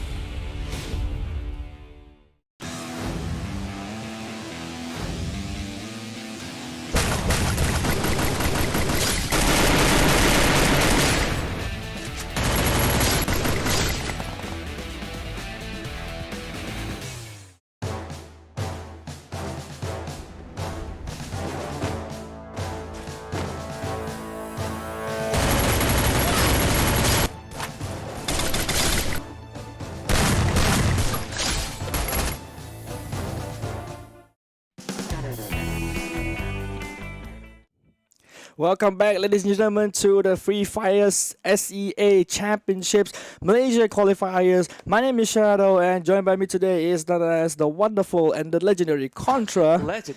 Legendary Contra. Wow, I don't know where I got that title from, but it's been great casting alongside with you, Shadow, as we are bringing you a whole lot of all these epic Free Fire Battlegrounds matches on our way. Now, if you guys just tune in, we've already got 2 Booyahs for Group F for Foxtrot, of course. Now, third game, we're heading back towards Bermuda, and I'm pretty sure expectations have been set pretty high coming from some of the games that we have, because Majesty MY, as much as they got the Booyah, there are still Freedom X out there still chasing with the kill leads, and we cannot count out the first winners right there. Kami definitely stood up strong, and we gotta wait for all the tabulations of scores as we will have a quick look towards how they fare in terms of ranking right now. So, ladies and gentlemen, here's the scoreboards for all 3 games tallied up. We can see X3 there with 400 points, just leading ahead of Kami by 30 points because of 2 extra kills and some. And although placement points didn't really work out in terms of X3 but still the kill points does matter. And right now below Kami, they were MY, we have Majesty with the same points as Kami MY with the same amount of kills, like one less kill, and like the placement points a little bit higher, and not in guild right down on number 4 with 200 points. They still have a chance to catch us back up with. I think they need to fix on some plays that they made. They should get more. I think they should rack up some more kills and get into top 5 situations more like get into more consistently. Yeah, I should say. I guess a lot of all these teams still have a little bit more of that sort of issues that they might want to rectify. Maybe it might just be communications, because in a game such as this, communication is really vital. When you spot an enemy, you can't say, hey, he's right behind a tree. Like, there's so many trees out there in the game. Like, you got to make sure you get those communications right, or maybe install a little bit of that Moko's ability so that you have the hacker's eye in that sense, so that you tag somebody out and, you know, things just get a little bit easier to spot out. Yeah, and so as well, if you're really good in communication and coordination as well, you can input some of Raphael's silent killer. Oh yeah. Which, like, you hit someone right out in the middle of nowhere, and they can't spot you out for 4 seconds. You won't be revealed at all. But right now, we're gonna be jumping into game number 3. So right now, back to Bermuda. What are you expecting, Contra, from all these teams? Well, I'm just seeing some high-octane action. Heading back into Bermuda we go. Heading a flight from Sentosa into Bullseye, baby. As we'll see all these teams hopping off the plane and straight to the islands they go. Right now, we can see 2 teams heading towards the Sentosa side. Right on the oh my God, 4 teams is dropping into the central side with Factory, Clock Tower, Kota 2, Peak. Might some of them even go to Bimasakti strip? Yeah, that's that's hard to pronounce. Sorry, audience. So right now, we can see all the teams are still dropping down. Katulisti will have 2 teams in contest, and Plantation, nobody contesting just yet. But right now, I can sense early fights going on to Sentosa right now. As you can see, 2 teams are right there. They are still fighting on. Oh, we're seeing a little bit of the spray down coming from the side of Booyah as well as Megan. As we see, not in guild, dropping 1 member out and instantly killed off right across. Being so ruthless as they are, the legend, they want to fight back. The other game that we saw them play, they definitely bit the dust a little bit too soon, I would say. A little bit too soon. I felt like they don't really have to put those sort of full commitments coming to these trades. Same goes to the side of Nottingham Guild. They definitely fared pretty well, getting themselves into where it's somewhere in the middle of the pack. But you know, full-fledged commitments never going to result pretty well. Majesty's going to drop 1 as well, and Drugs is just slowly bleeding out. Yeah, everyone's running away, and Kamide is still on pursuit onto Sirius. Oh, barely misses a shot. He hides into it, and Sunjun, everybody is going to be taking a car and going to skadoodle away. Ni Kamila is going to be the new killer, grabbing some kills up with his kid. Double kill right there from Kamide. Why? So there'll be 2 kills right on the ball, as we're going to be remaining as kill leaders for now. Definitely showing some dominance, like as we can see on game number 1. And again, Barbar Gaming is going to be playing around.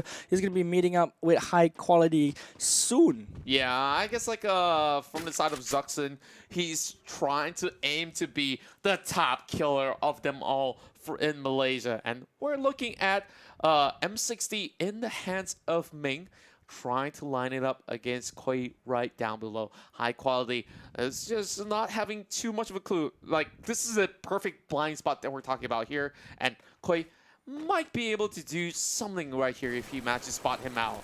But right now, F77 is going to be knocked down already. Right now, Ming is no idea where is this going on. And everything is going confusing against Ming, but Manjoblo is going to be spraying down some shots, landing on some KUIs. Kui is going to be hitting some shots right now. Pikanda is going to be using a zipline, committing, and is going to be fly all the way back to the team because he left the team earlier to scout. Right now, Chick Mimpi dropping very low. Chick Mimpi drop. Oh, he drops back Ming. Ming is going to be finished off with a double kill going on to Chick Mimpi. He's going to be pushing out, but Manjoblo is going to be spotted out again. He drops down Chick Mimpi, but oh, Manjoblo falls down to his death. Oh, he falls all the way down. I mean, he committed to that fight, but you see the members of High Quality having deep bait, keeping him down right down below, I was just gonna insist upon like keeping him away from the bay, but Yeah, I'm not gonna give you guys some sort of yeah, fest. but definitely he fell down 6 feet under right there. So, Kakanda is the only remaining team member from Baba Gaming. He's gonna be playing some placement points, and I guess he would go for some slight aggressive plays. He will start to pick out some of the team members getting kills and rotate out of the way. He's gonna be pop some mushrooms up. He's gonna be running towards the team number 10. And the legend right here. Oh, not in Gil is gonna be the new kill leader. He's taken out. Oh, that's a solid 4 kills in the back, and of course, Elite now just flexing out those muscles in the early stages of the game. We still have like 1 minute and 15 seconds before the zone comes into effect. So where are we expecting this circle gonna close in?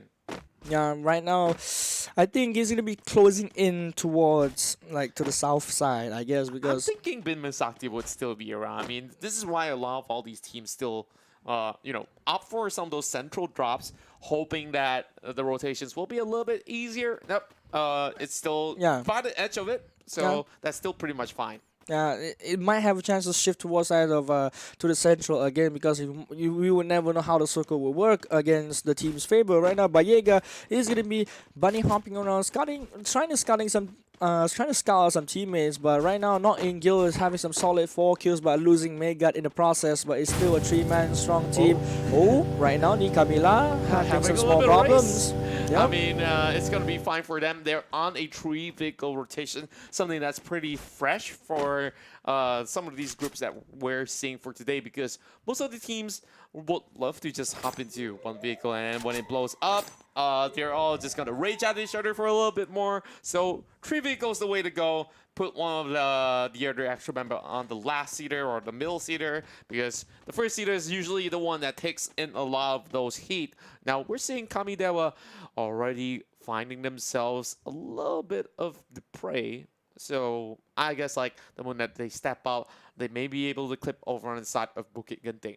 Yeah, but actually, like Zun actually saw one of the members using zipline and zipped over to that building. They are exposed right now. Freedom and Y is gonna be running out, but Nikamila is gonna be playing towards right on the buildings. Inside the building, shoot or die is gonna be. They gotta be careful of being lobbed the grenades into the rooms, because as I said before, being in buildings, yes, it's fine, it's giving you cover, but once you are getting lobbed by a ton of grenades, there's no point of you getting out right there. Right now, Iziloti is going to be scoping out to Camila. Yeah, it's going to be a little bit of a sort of a distance for them to land, but I guess both sides give each other that sort of respect. They will not contest in the early stages, as there is the UAV zone that's right across. One of the members are already running past it, but Zuxin, the main fragger, is just going to find a little bit of that sort of challenge as they go head-to-head, locking horns. A lot of bullets being expended, and Emily goes in for cover. Yeah, in the meantime, shoot or die is going to be eliminated out from the game. So 10 teams left in the map of Purgatory right here. So, 9 teams left. Majesty, MY gets eliminated. Wow, the last squad that got the Booyah from last game is going to get eliminated already. So there will be a lot of players going to be taking this advantage. Like, if they knew they eliminated them, this would be their chance to like get some more kills and try to rack up the placement points to get themselves up on the leaderboards. Yeah, I will definitely say that there's some sort of a trend going on. Like, the moment that you get that Booyah, the next game you might just be the first one to fall. In this case, they're not the first, but one of the early fews in a sense. Yeah. Well, same goes to Kamidewa in match number 1, that they got themselves the Booyah. Then the second game, somewhere in the middle of the pack. I mean, you can't expect everyone to always win games. And speaking of winning games, Hard to Aim is trying his luck and immediately goes in for a spray. Gets one whole squad eliminated. But yep, there's just gonna be no more contests right across. Yeah, no more contests indeed. Now, High Quality is looking at Active Bosco. Akif Bosco is going to be not looking over there. They don't spot him out. He's going to be sneaking up on these players. Wow, like this is just a really tiny wall that he gets a little bit of cover from. He's just trying to find some of all these bridge campers down. I think that Isolito might just be the first one to get caught up, but he's being extremely patient. I mean, the Bay is just going to be playing a really supportive role, feeding a whole lot of information to the team, which I feel is more than enough. Yeah, that's true. Info is the key to the game as well, because the more info you get, the more you know the enemy, the more you know how they play. So as well, I can see Freedom is going to be moving up towards the hills, going to be getting themselves some high ground advantage as the circle swings in. But High Quality is spotting them out already. They know that they're going to be taking a higher advantage. I think what they should do is going to be rotate out of there, not taking that fight, because it's going to be a disadvantage right here if they reach on top of the hill right now. Oh, Hadid Bay 77 is going to be contesting it, chasing them on top of the hill. Oh, same goes to the rest of High Quality members. Deep Bay is just on the lookout, but lava shots has been expended already. And over the back, we see the first one to the fall is easily though, as we see Ashin trying to go in with those 10, 14 shots, but it will be him just getting wiped away. Freedom, although they were the highest kills in the previous game, this is them just falling flat to the combo of P90 as well as M1040. Well, the P90 MP40 and the M1014 is certainly, like, no doubt one of the best guns in the game. Like, you don't want to mess with it. But High Quality has racked up 6 kills for the team right now. And Ni Camila is going to be driving the, 4 vehicles from Ni Camila. He's going to be driving around the whole map, trying to be scouting out some potential enemies to get picked up. Oh, right now they're going to be driving up to High Quality. Oh, Ni Jumi is going to be jumping out. He takes one. Glow wall placement gets placed down, blocking out some damage. But Chick Mimpi is going to be dropping down very low. He reloads. Can he get the spray done? He drops him down right now. Ni Camila is head on the swarm. High Quality. One member left. He's going to be taken down. Ni Camila clutches the game out with 9 kills total in their team. That was chaotic. That was just straight up havoc coming in from the side of Ni Camila. They took the fight and brought it straight to him, crashing the vehicle into the compound.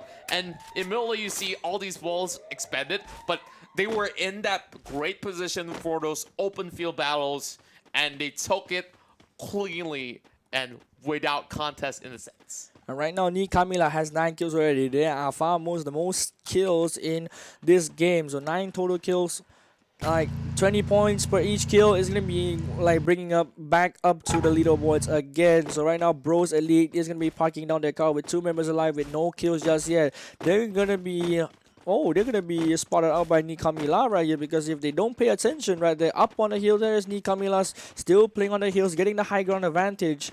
Like, high ground advantage is an important factor in Battle Royale as well, because the more you see, the more you know, the more info you get. That's definitely true. While we're seeing the side of Bros Elite still having those eggs, well, zeros in that sense, they're just playing a little bit safer than usual.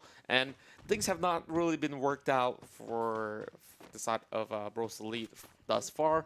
While a couple of games ago, we see them coming in towards, about 9th place, 8th place. Decent, but definitely could have improved as compared to some of the rounds that they have. Ni Camila already coming out huge, like in that previous fight itself. That is definitely a highlight that we're going to see by the end of this match. Yeah, definitely we'll see the highlight of the match, because they immediately made the greatest play of their lives. They rushed up to the hill. They make the enemy team look unexpected, because High Quality won't expect 4 vehicles at once. But they go for it right now. They see, oh, I got Vox. He's gonna be spraying down hard to aim. I have to aim. Procs out the glow wall right in time. He's gonna be dropping down very low, and Icon Fox is going to continue spraying, but he's going to give his position off to the other teammates on the side of Icon. And Icon is going to be pushing up real soon, but on the side of Team Joe is going to be firing back with Sanagi. He's getting tagged up a little bit. Icon MY is going to be in a sticky situation where Vox is 50 HP left. Oh my, there goes Fio getting knocked out. And Vox, although he was pulling some great pixels over inside of Booyah, it's not enough to actually take him down. Even hard to aim has already been pinned down by the corner as well, but there's just too little space for Vox to work with, unless if he still have a couple of blue walls in hand. Doesn't seem like he has much, But to us, just gonna try regardless, as we see most of the members right down below is just holding the same position, and eventually both of them have to leave in about 19 seconds from now. Yeah, and they might wanna risk getting the air crate, getting some good loot over at the air crate. We might even get to see the Gatling gun with 1,200 rounds.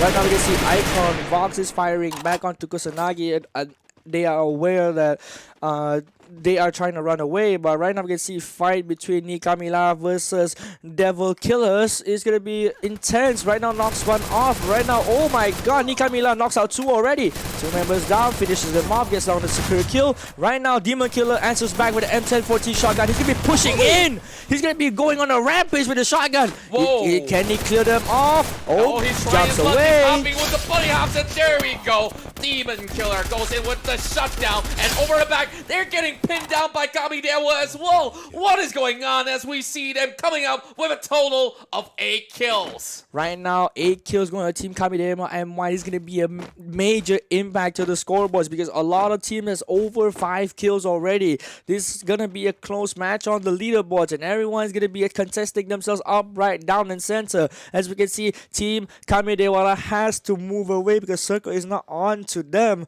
Right now, Icon is still there, 4-man strong, but they are going to be contesting against Kamidewala. Icon knocks on one member of Kamidewala, and they are going to be pushing in. Look at the vehicle. They might just pull out a play with the vehicle, right? They're going to push, or they might even rotate back into the circle.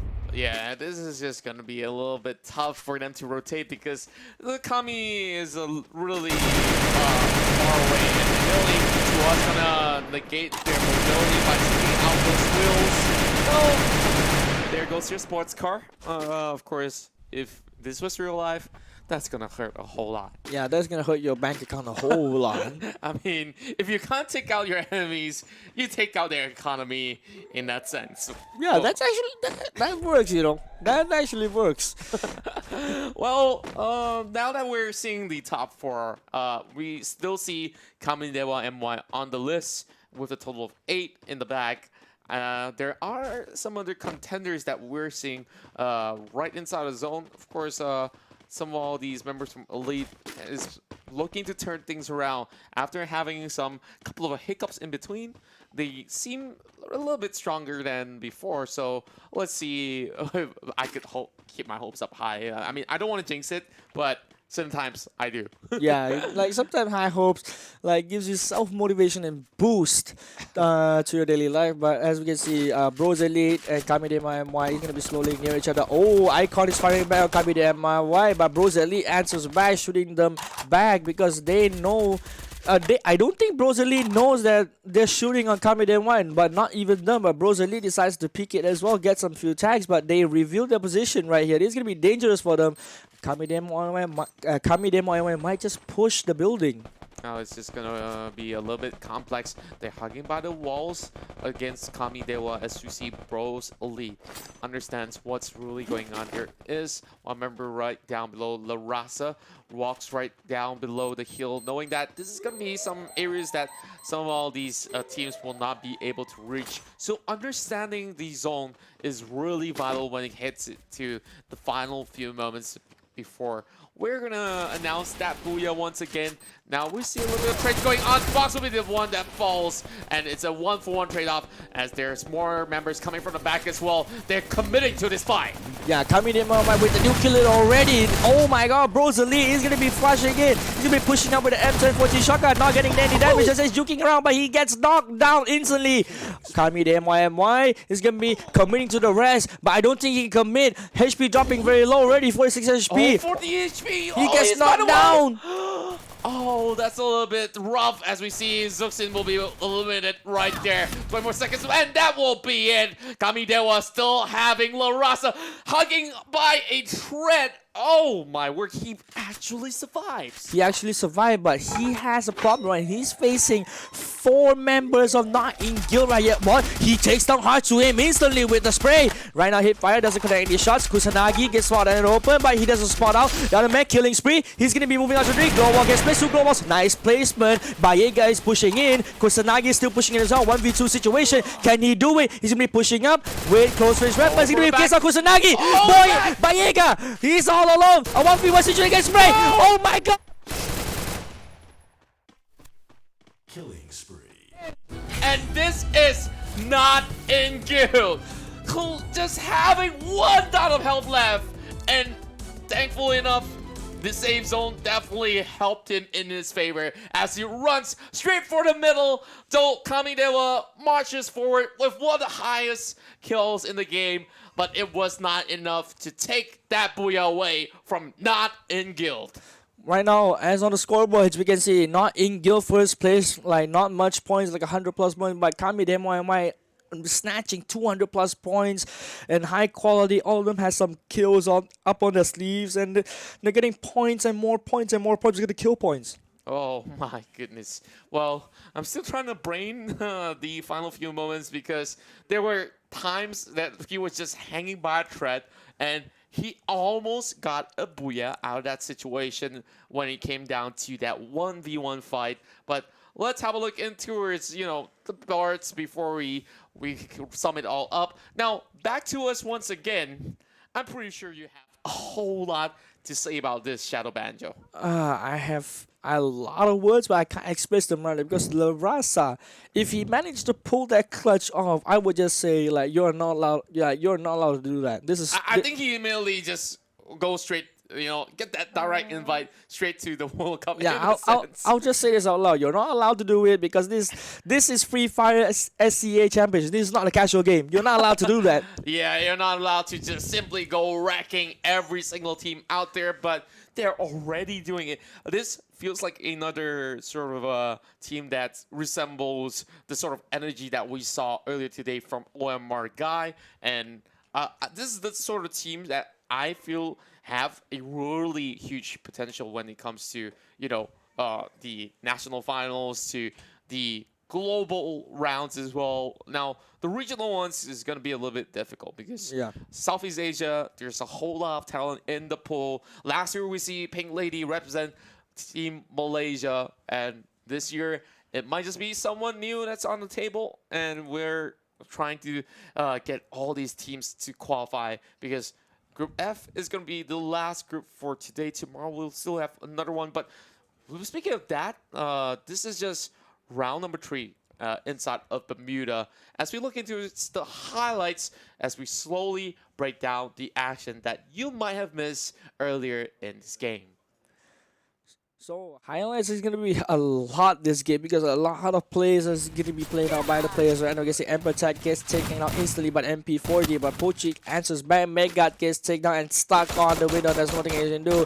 Rakuri here, bunch of blue. Kanda, look at this play. He zip lines across, but he zip lines back to commit back with his team. But Ming is gonna be taken out with MP40 on close range. There's nothing stopping that gun because that gun just shreds you down like a piece of paper. Right now you can see Manjo Blow. This is the highlight. He fell down to his death. Yeah, I think he wasn't even watching, or he was hoping that if he hops behind, he might land into maybe some sort of a rock that might save his life, but that doesn't work that way. But look at hard to aim, just having some great pressure right across, and a really good attempt coming from a lot of teams. We see only 8 teams on the table in the span of less than 10 minutes, and Freedom MY took up the challenge up this hill. This is one of the fights that I felt was a 50-50, but definitely had a little bit of more of that fight when Ini Kamila just went in storming through. And look at the control, immediately hopping out, already begins spraying all the way, and there's just not enough great reactions that could possibly come out from the side of high quality. Yeah, and high quality was definitely surprised that they didn't expect this rush at all, man. Kamila executed perfectly by losing 1 member in the process, but it's all worth it because you get all 4 kills, you get a squad wipe, so it definitely gives you. But here, Icon Box showing that he is a player that's gonna be you guys are gonna be afraid of because he landed that shot so clean. Yeah, definitely were some really sick shots right there. But their Haka, he just managed to actually rotate around these boxes, but over the back, Demon Killer trades right across. And those double kill was pretty much straight, but dirty work coming in from the side of JR as Demon Killer shuts down one of the top killers of the game. But gets third party instead by La Raza. La Raza landing some pretty nice shots. And this is the part that I want to say something, right? Like Kamidewa shouldn't be even pushing like that. Like they had the advantage over across, but decided to push like that. Yeah, they can do it, but they gotta take more a safer approach because in the end of the day, they're still in the building. And this one, Kamide M1 a 1v3, almost clutching it out. Here's the glow wall placement, but he gets the kill instead because the placements were a little bit off. And like, you saw this sort of moment, he's running outside, trying to chase, and he went on a 1v2. He picks out Kusanagi first, but he's taking his sweet time, trying to rotate across. This is where he just stood in a little bit longer and soaked too much damage. And one more bullet would have done the trick, but it was not enough. But Nothing Good definitely played it with a great stellar performance, and you gotta give it to NIG for taking this one in the back, because this was just some perfect work that we saw right there. And of course, this is Garena Free Fire C Championship, and Shadow, you could do the honors and throw this break for us, as we'll come back in a little bit more. Yeah, we'll be coming up for a little bit more. So thank you guys so much for tuning in. So we have game number 4, 5, and 6 coming up soon. There'll be 3 more rounds, 3 more intense combat like you guys will never see before display out of these teams. Like Group Foxtrot right here is gonna be showing a lot more. They are all competing for the number 1 spot, and we'll see you guys right in a bit for more action.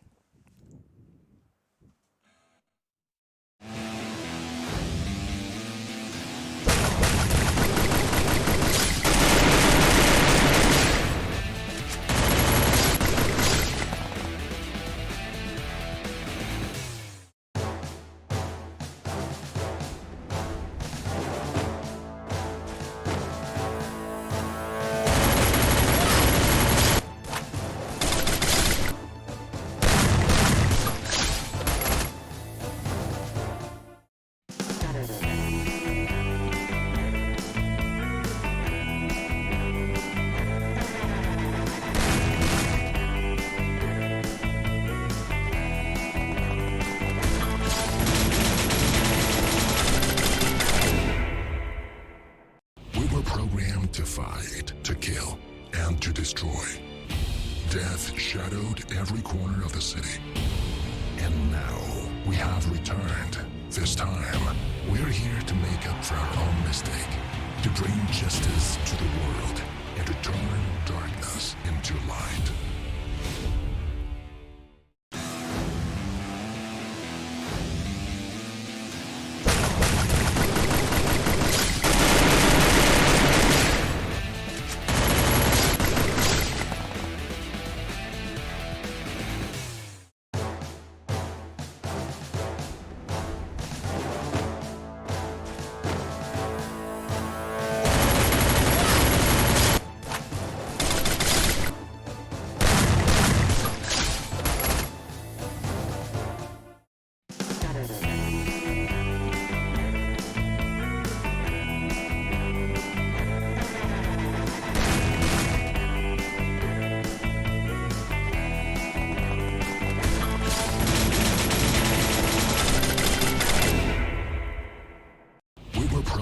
To fight, to kill, and to destroy. Death shadowed every corner of the city. And now we have returned.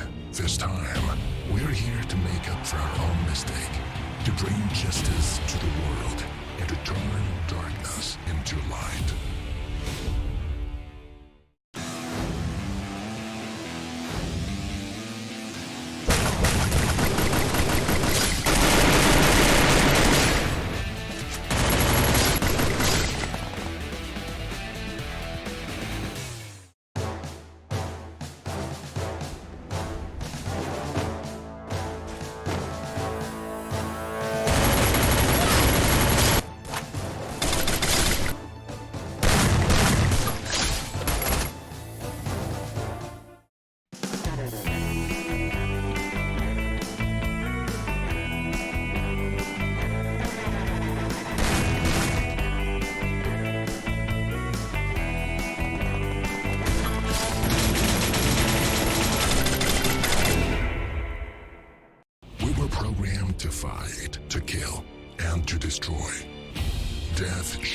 shadowed every corner of the city.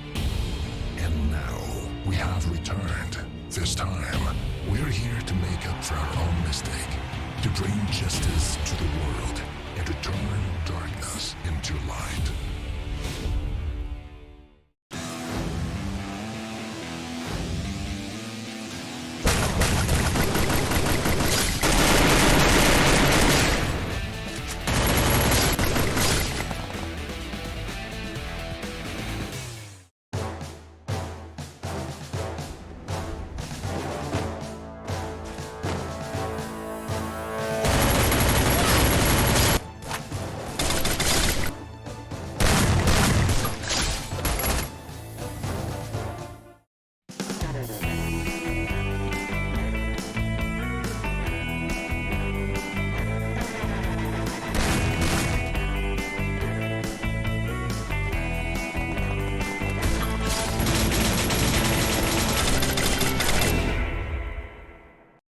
Programmed to fight, to kill, and to destroy. Death shadowed every corner of the city. And now we have returned. This time, we're here to make up for our own mistake, to bring justice to the world, and to turn darkness into light.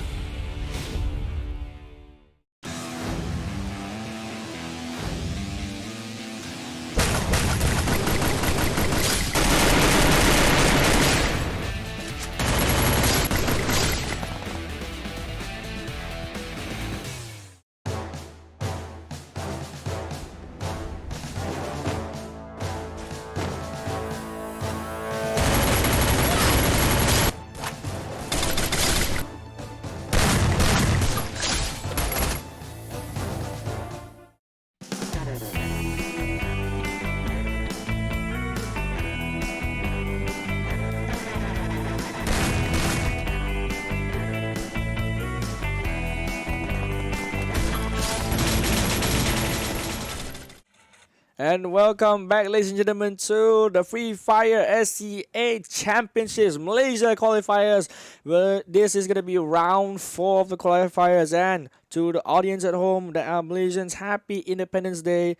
This is our 62nd birthday for our country, and I hope you all are at home waving your flag, celebrating with family, or even like riding your bikes with the flag sky high. And right now we're gonna jump into the scoreboards that's been tallied up of all 3 rounds. Right here, right now, we can see on the top on the leaderboards we have Kamidewa MY with 650 points, going down on to Freedom XMY.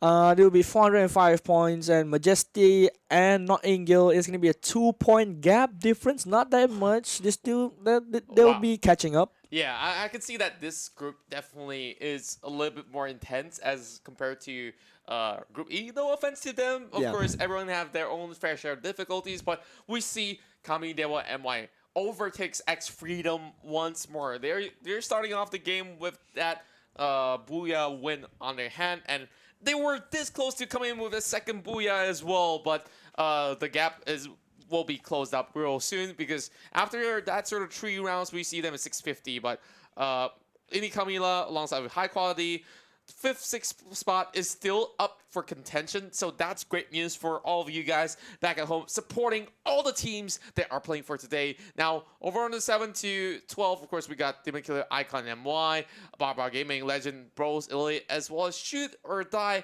Haven't really got themselves in towards the solid footing as of yet, but we hope that they'll do in the next 3 rounds, because every single round, there's always new opportunities, and with those new opportunities, that's where a lot of all these teams could take some of their advantages in most of these games. Yeah, that's definitely true. Like Battle Royale, as we all said, even in Group Echo, like anything can happen. Like even in 3 rounds, I bet that if all those, like even the teams that are stuck on the lower side of the leaderboards, like don't give up. You still have a chance. It's like 3 rounds ahead. You can get more kills.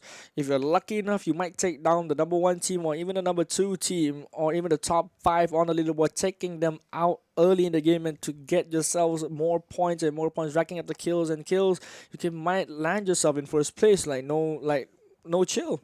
Yeah, that's a little bit of a no chill Yeah. right there. But well, we're seeing a lot of all the other teams who really know how to rotate across the map real well, Yes. getting themselves into a certain position. Although they may or may not receive a little bit of those sort of confrontations at first, but uh, to survive itself is considered a skill if you think about it. Yeah, because battle royale actually the main part of battle royale is surviving, like the survival of the fittest. So if you survive long enough and you get yourself like a good amount of kills, like it will land you on some pretty good spots onto the leaderboards. But I just can't wait for game number 4 to happen, and I want to see some teams like really step up their game and see what can they do in round number 4 that shows that they deserve the spot for qualifying to the grand finals at Cool City Mall. Yeah, that's gonna be definitely a sight to behold. And for those of you guys who are planning to catch all the action, you can head over to Cool City Mall on the 15th. That's where all the players as well as fans and maybe you may be able to hang out with the community, win some awesome prizes. I'm pretty sure there's gonna be some great giveaways. Don't say that we didn't tell you, but of course, this is gonna be a whole lot of fun, a whole lot of great free fire games to be paid out for the rest of the runs, and even more in a lot of all these sort of the action that we could potentially witness. We would like you guys to also do us a little bit of that favor. If you guys could hit that share button right down below. And if we do get a lot more viewership, 1,500 is the threshold, and you guys will be walking away with a little bit of free diamonds. That's what I heard. Yeah, that's what I heard as well. Either the diamonds or maybe some weapon skins might be able to entice you. New cosmetics. There's so many things up for grabs. So make sure you guys hit the share button right below. And remember, hashtag your favorite team win. And who knows, this is the way that you could support your local scene. And you might be from overseas as well. If you guys spot out any sort of team you like, make sure to give them a little bit of cheer. You guys are the 5th man in the game. While we're waiting for all of our players to get ready for the 4th round, I know sometimes it gets a little bit nerve-wracking, right? Yeah. Getting into competitions, and you put so much effort into training alongside with your friends. It doesn't go in vain. I mean, you build a bond with your friend, and who knows, you may be able to walk away with a little bit of that sort of cash pool. Well, not exactly a little, because we're talking about 55,000 ringgit just for the Malaysian National Finals. That's a lot of money right there. Like, Yeah. that's a lot of money. I can do a lot with that money. And certainly every team would want a piece of that prize pool. But then in the end of the day, as you say, like if like friends being together builds a bond, like although like I heard some of the players like I think I might heard some of the players like if you did bad there will be some kind of conflict, but never do that, because in the end of the day you're all best friends and you're just here to have fun and play some games, enjoying the tournament. Yes, winning is a +1 for you, but in the end of the day it's still your community, it's still our community right here. Yeah. Everyone tends to have fun. That's true, and of course, the power of friendship could take you way further than anything could. In that sense, whether it's a band of brothers or sisters or family, when it comes down to relationship, it's always something that is really vital. So make sure you keep your loved ones close to you at all times. Now, we're trying to get a little bit of that sort of feedback from you guys as well. Do let us know if you guys would like to see a whole lot more sort of content coming up for the side of Free Fire C Championship, and we'll definitely be able to take in a whole lot of all those feedbacks from those of you guys who are chilling, whether from home or wherever you guys are. And Shadow, I'm pretty sure that when it comes to all these technicalities, there's a favorite gun for all these players. What's your favorite? I think the far most my favorite is the MP40.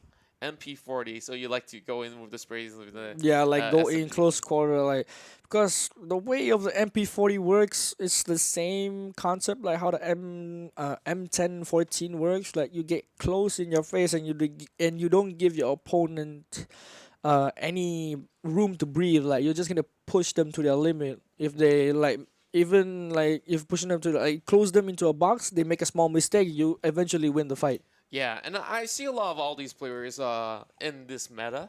They're opting to go in with those shotgun plays that we see a whole lot today, especially on the M1014.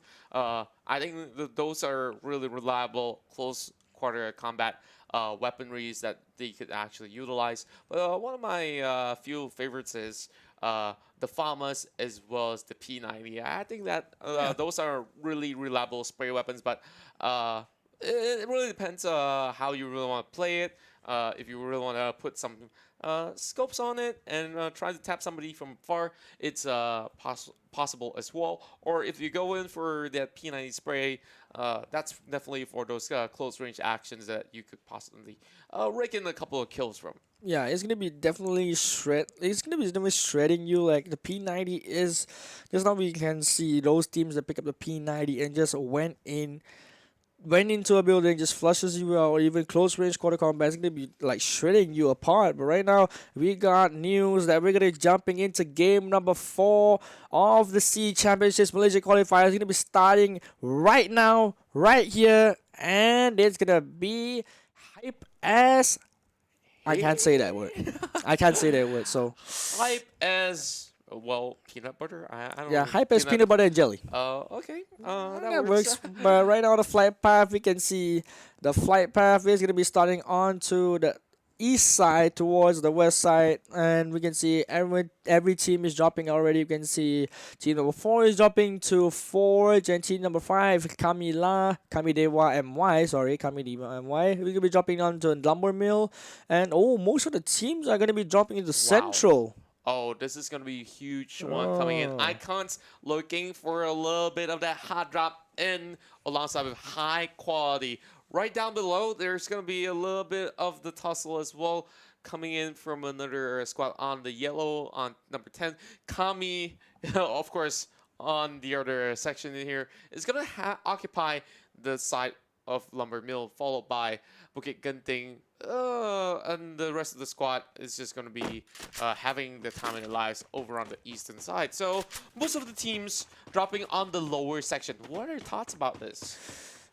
Dropping towards the lower section side of the map definitely would be great for looting wise because of the buildings and such. That gives you quite a good amount of loot. Like as we can see right here from high quality, Kui's picked up the P90 and D-Base picked up a Scar already.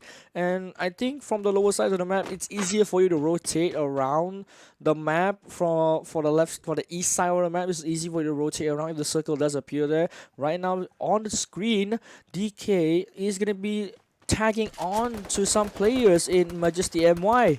Oh, here comes Majesty.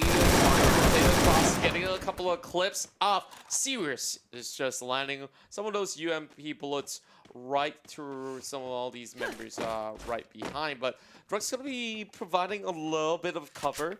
And I'm not sure how this one's going to fare for either side because this is a really tricky compound to play at. As we see, Quarry is just banning a little bit of that sort of push and pull action coming from Demon Killer as well. Yeah, Demon Killer is something in the pickle right. Yeah, like everyone is trying to contest for some gunfights, but nobody has not much people have a helmet. So a headshot is gonna do a lot of damage. Gonna be decreasing your health a lot if you don't have enough meds. And you won't be able to sustain in these fights for long. With Drugs hiding behind a tree, still looking out for some potential enemies that will be lurking around. So Demon Killers is going to be taking a passive approach and is going to be backing away from Majesty MY. This is going to be a little bit of a tough run. And we're seeing only 10 teams left on the table. 40 more alive. They do have the VSS. A little bit of those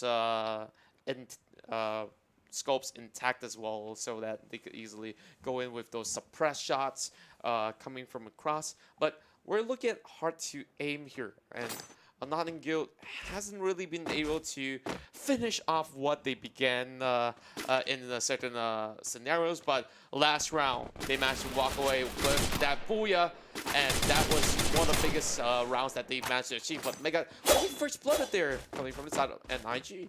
Yep, hard to aim, drawing first blood, and certainly not gonna draw last blood just yet. Nikamila is gonna be moving on towards Brasilia, and he's gonna be having a what? Oh my goodness, here comes the bait. He's just immediately wiping off members from the side of Icon, leaves them biting the dust while there's still Hazik on the run. But what can Hazik do in this sort of moment? The rest of the members are bleeding out. Vox has already been taken out early, and Hazik knows he needs to prepare for this fight. This is going to be a deep bay. Just waiting to run across, and immediately goes up towards the zone, and they've already got him surrounded. And where can they run? But Hazik managed to bring one down to the ground. He's trying to secure the kill, but how much can he actually pull up? He's rotating right now. What in the world was that? Hazik clutches it off. Hazik with a really good play right there, just patiently waiting, not finishing off the remaining members just yet on the stairs. He just need to wait it out and save some bullet ammunition to take down the next opponent that's coming up the stairs. But as you can see, Shoot or Die is going to be fighting against Kami Dewa and MY right here. Oh, Choo is landing some very good sprays, but dropping the 50 keep on dropping a glow wall. He's going to be not helping you out, but Choo gets sprayed out, pops a glow wall by herself right now. Oh my god, Choo gets taken off the game. Kami Dewa eliminated right out in the early stage of the game. Like I expected, these teams are stepping up right now. Oh my goodness, speaking of stepping up, there's another fight coming from the side of Nikamila taking on NIG. Nagi will be finished off with the AK spray. This is a double AK setup that we're looking at, and Nikamila will be able to get one more. Well, I'm not sure. Is it going to be them just going in for the flank and trying to hunt down one of these members coming from inside RPG? Hard to aim. Oh, he's gonna be the disrespect. I mean, it's all for laughs and jokes. I'm pretty sure that if they can take some bullets, they can take a little bit of time. Yeah, they can take a little bit of this. We put it that way. Yeah, let's put it that way. So they're gonna be taking some little bit of disrespect to showcase some sportsmanship, some sort of sportsmanship. But right now, Nikamila is gonna be chasing down Bayega, and Not In Guild is gonna be taken out by a grenade. Kaboom! Oh wow, we're talking about the comebacks of the underdog. Well, technically, there's no underdogs in this scenario because Nikamila definitely played some really good games in the previous run. But we already see Kami MY earlier getting taken out. And one of the up and running teams that's still over in the top 4 will be Freedom MY. And they've been playing a little bit passively in the early game, which benefited them because the rest who were up in the running now will have Freedom just trying to draw up the gap. Yeah, because there's still 23 people alive, so they have a chance to get up some kills right here. And as of this situation, like, kills doesn't really matter. Like, kills does matter to them, but I don't think that much of a kills really matters to them, because in the end of the day, they're trying to get some Booyah points as well. As team number 10 is gonna be moving up onto the east side of the map. Sorry, is gonna be moving up to the east side of the map, and hopefully not getting spotted out by Bukit Genting, because he's holding on right there in the middle of the area. Well, literally, there's so many hills out there. I mean, he can call whichever one of Bukit Genting as he wishes.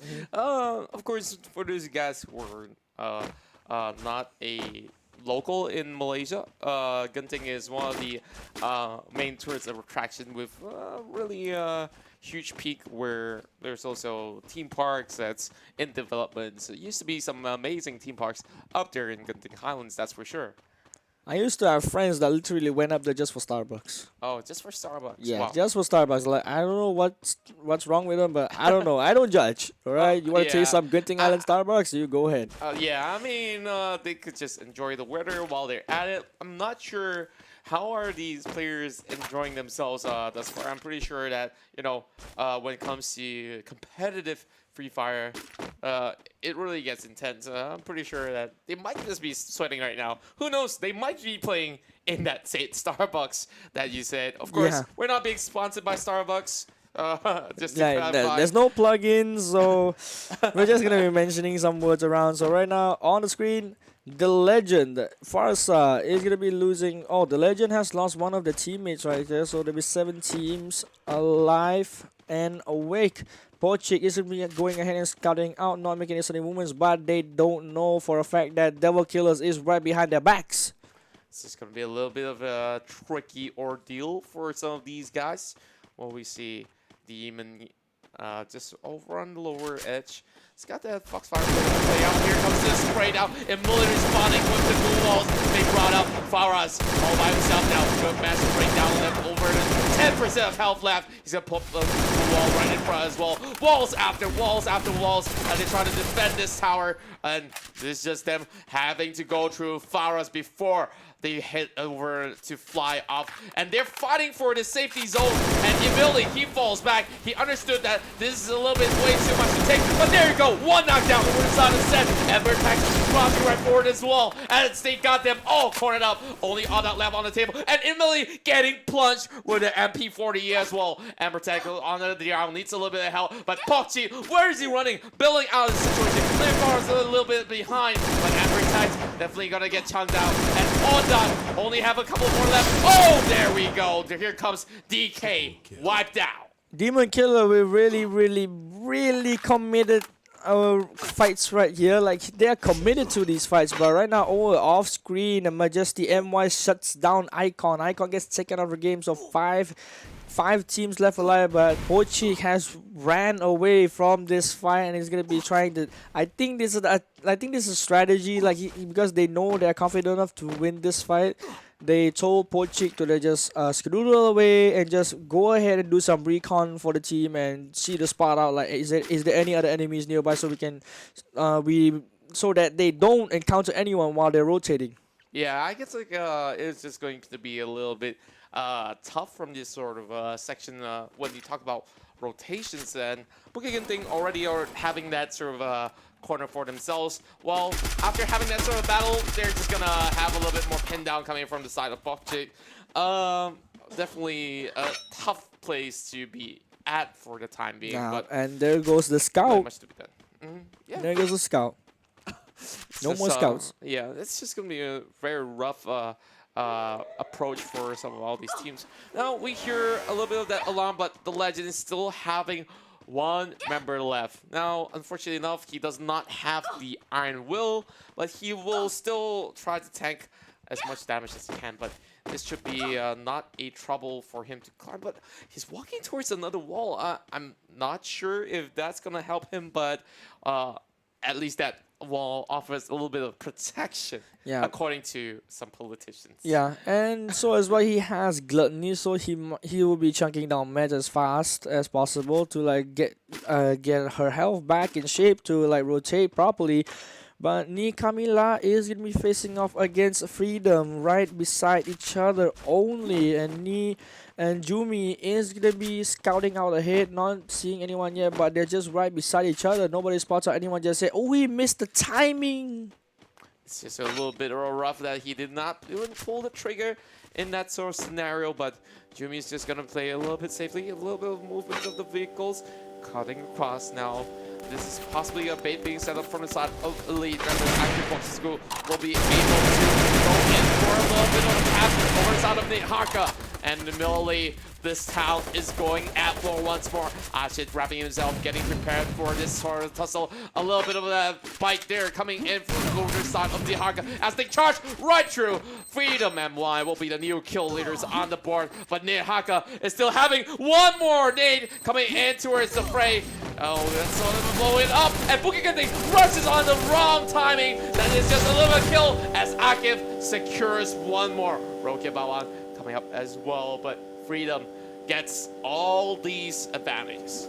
Well, Akif is certainly the savior of the day. He saves in with the clutch, and a global play right here being shown out just to block away the path right now. Sinjut is going to be driving around, going to be scouting out. He notices that everyone is shooting him, so he'll be giving his info to the team. Like, he knows that one team is right here Right now, it's gonna be going straight up, still circling around the houses to check for any potential enemies. Still looking any of the houses besides the middle ones. Right now, Rakia Bawang is gonna be pushing up with Senju and Drugs. 3 versus 4. This is the evil strategy that we talked about earlier. Like, this is how they won the world title. Basically going through some of the base, and Ashe's side already losing a little bit of cap, but here comes Senjun getting a little bit too much. But instantly, though, will be the first one to fall. And immediately, Freedom's got to give him a little bit of protection. Double kill for the side of Majesty MY, as we see some of the top dogs battle it out inside of the city. Now, both of these two teams, they are on the top 5 on the leaderboards right here. They want themselves the points. They want the points. They want the kills. They want everything right now because it's round number 4. They want to get more advantages as possible throughout the last 2 rounds. That's going to be happening up real soon. So, Ashe is going to be shooting out onto the side of Drugs, but Drugs gets tagged out a little bit. Drugs dropping very low, but Rokia Bawang drops very low first. Senjut is going to be hiding inside the claw wall. Is going to be tagging out Bukit Genting, but Circle is shrinking in. Circle is going to be taking a lot of damage right here. Everyone's running for their life, going in for the pants. Oh, and this is just going to be some close combat action. Immediately chunking down Drugs, and we say no to Drugs. Right now, Freedom is going to be running away. Akif Bosku, but Ashe is going to be finishing out from the zone. It's all left to Akif Bosku, but Circle is chunking himself pretty hard right here, dropping down to 90 HP already. He's got 7 packs that he could utilize, but you know, the moment that he stops, it might just be the end of his life, but he needs to heal up. He's just by the edge. Shut down. Yep. Okay. He's saving the, not giving the kill away. Okay. That's a strat. Well, fair enough. I guess like he just really have to bow out on that position, and top 4 is not too bad if you think about it. Yeah, not too bad, but I think if he had Gluttony right there, he would be able to pull it off. He would like, chunk some meds and just run in the circle and just fight again. He can do that, but right now as we see, team number 10 is closing out to Embertech, the legend, one and only. He's going to be one man alive against 4 members of team number 10. He has 1 kill as well. Rush was over on the top side, already getting brought down to 50%. Now Emily getting knocked down, but shoot or die will be your new kill leaders right up there, as Rush needs a little bit of that helping hand. And over down below, I think that they already know what's up, but over on the side of shoot or die, seems like they already have the advantage in terms of numbers, and they're just finding ways to secure this game in the back. Yeah, even if they get this kill and screens back, it'll be 6 kills. Like, I don't think it's that much to like secure themselves back on top 5, I guess. Back on top 3, I mean. Yeah, it's gonna be hard. But just the MYC serious, it's gonna be hiding here still. Yeah, it's just gonna be he himself to try to potentially clutch this one. It's not impossible, but it's a really difficult task to achieve. Just frankly speaking, we've seen a couple of turnaround events before 1v4 in those previous tournaments, but I'm not sure if we'll see it for today. But Majesty MY might just keep our hopes up high. Yeah, 35 seconds left on the timer. The circle will shift again, but Sirius is all alone out in the open fields, right? Just right behind the fence, and I think everyone just spotted him. Oh my God, team number 10 is gonna push him. Sirius is in big, serious trouble. Oh, Sirius gonna let loose some of these moves and really chunking out some of the health coming from the side of Rush, and there's no place to hide. They're just by the corner, and he knows that the moment that he rotates, there's still members of the side of ESG. That might just be a great takedown, but this will be the game ending in the hands of Shoot or Die, walking away with a Booyah. Shoot or Die definitely showing a great performance right here. Right now, look at the dance right there. Double dabs and Double dabs. triple taps on the foot as well to secure game number 4. Yeah, definitely. I kind of not. I didn't expect them to like get first blood because they were quite messy in the early stage of the game. But I'm wrong. So guys, I'm wrong. So they managed to get the first spot with 6 kills on the board and a Booyah. So right now on the leaderboards right here, we can see Icon MY with 4 kills, but not enough points. Shoot or die, 6 kill with 30 points, a total of 150 points. He's gonna be getting himself back into the top 2 situation. Majesty MY with 3 kills only, but wrapping up 80 points, and the Legend with 97 points, and so as well as go on as a lot of these teams had quite a number of kills, but some of these teams had no kills at all. But Yeah. I think like there were a little bit of the shockers when we see Kami dropped out way too early. Same goes to high quality. The first few teams that actually end up over on the lower side. Icon definitely did a little bit better with those 4 kills, so that's great for them. As we will possibly have a look into our decast the cameras just to say hi to you guys for a little bit more. So that is of course game number 4, but there's just so many things that goes on from the start of the game, especially towards the south side of Central. That's where there's 3 teams that landed right upon that sort of field that they have. And over on the other edge, Kami was kind of left out by themselves, but eventually once they locked horns, things didn't really go well between some of the teams. yeah, like early aggression is needed in the early stage of the game, because if you get early kills, you might just secure your spot like a much more stable kind of way in terms of in terms of the leaderboards. Like you want to secure your spot in more of a safe way. Like you won't want to take any risk. Like hey, let's try and hot drop. Let's try and get more kills as possible because we don't care about placement points. But placement points does really play a big factor in this tournament. So do not look down on placement points, although they are low, but they might get you a slight chance to get you back onto the number 1 spot, which qualifies you to Cool City Mall. Yeah, I think that all the teams are locking their eyes into getting into position, and only the top teams of each group will be able to advance forward for the grand final rounds inside of Cool City. I'm pretty sure you're really excited for that. Oh, I'm really excited. And I'm really looking forward to it, and I hope that I will be able to make it to the venue itself. Well, of course, Shadow, we saw a lot of all those insane shotgun shell action, but we haven't seen too much of those grenade launcher stuff going on towards the table. But looking towards some of these games, I guess like there's also a little bit of a buffs and nerfs to all these sort of patches of guns. But let's have a look in towards the highlights of match number 4.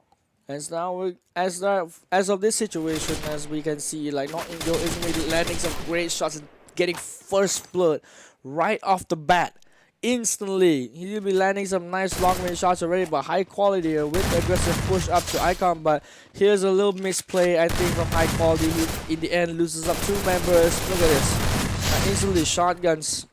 I think that they shouldn't have rushed in at the same time. Like, Hazik, you know that when you're coming in towards a home, there's always going to be a shotgun right there. But Chuchu rotated across some of all these blocks, and we see Chuchu going in for that 1-for-1 trade-off, of course risking her own life.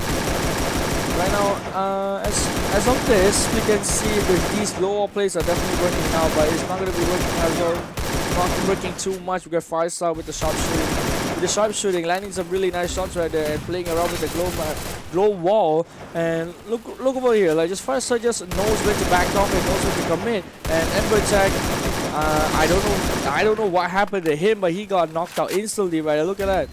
Yeah, that's a little bit rough, and they were fighting to actually cut across by this Foxfire right there, and just went in tapping, and there's so much that I don't know Fox can do, but peeks out for that headshot, and that will be kill score, but Freedom didn't even give chances at all towards the Legend. Yeah, and Pochi's case was very unfortunate. He got picked out when he was trying to scout and he fell into the river. But here's the grenade play. Every grenade is lobbed into the building, and he is left with 19 health left, and everyone's just he gets 1 knock, and he almost gets the kill. But here comes Akif with the shotgun. It's just a little bit rough, and this was the top 3 situation where we saw Rush and the rest of Shoot or Die right up above, and this is where Sears able to let loose some of all these shots, and all the guns were pointed straight at her. So not the wisest of decision, but they kind of know that it's tough.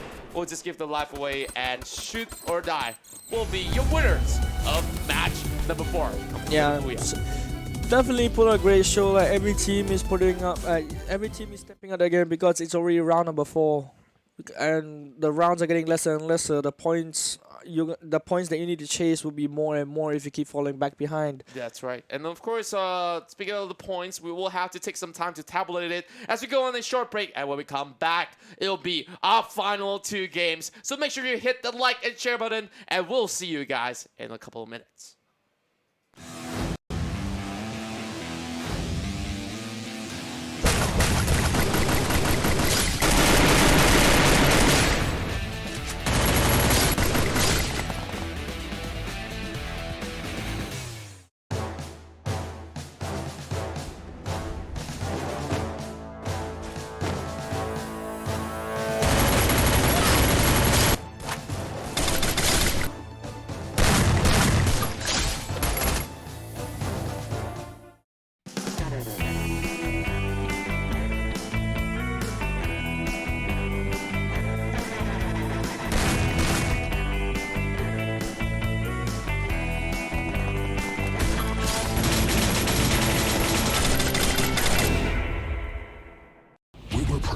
To fight, to kill, and to destroy.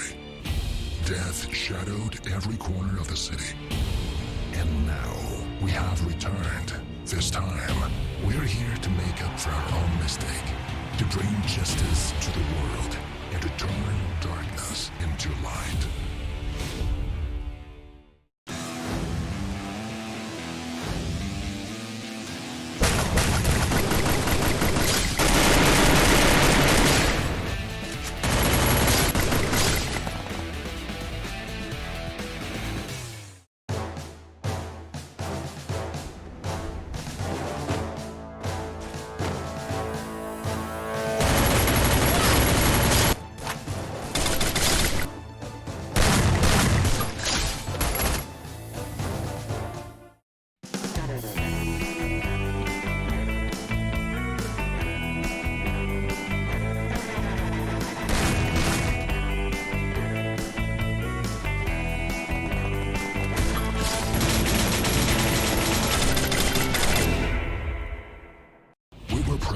To fight, to kill, and to destroy.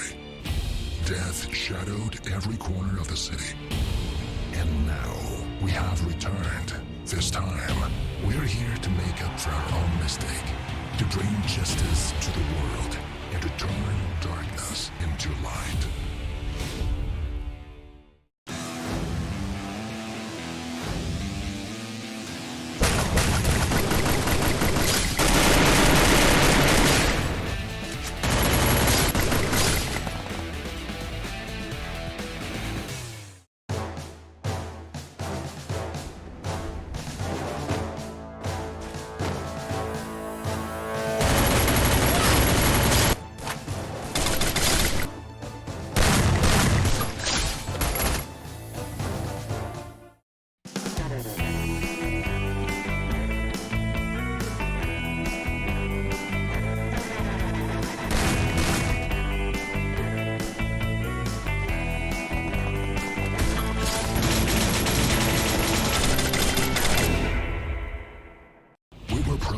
To fight, to kill, and to destroy.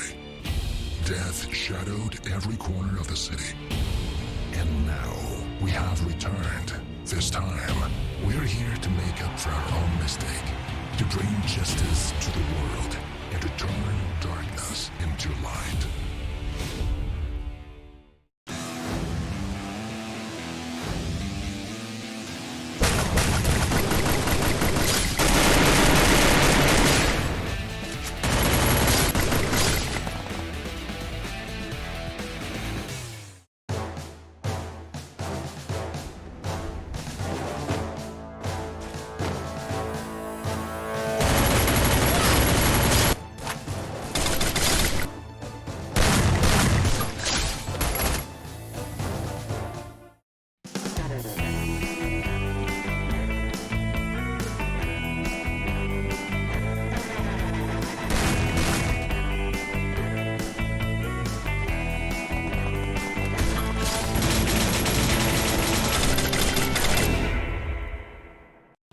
programmed to fight, to kill, and to destroy. Death shadowed every corner of the city. And now, we have returned. This time, we're here to make up for our own mistake, to bring justice to the world, and to turn darkness into light.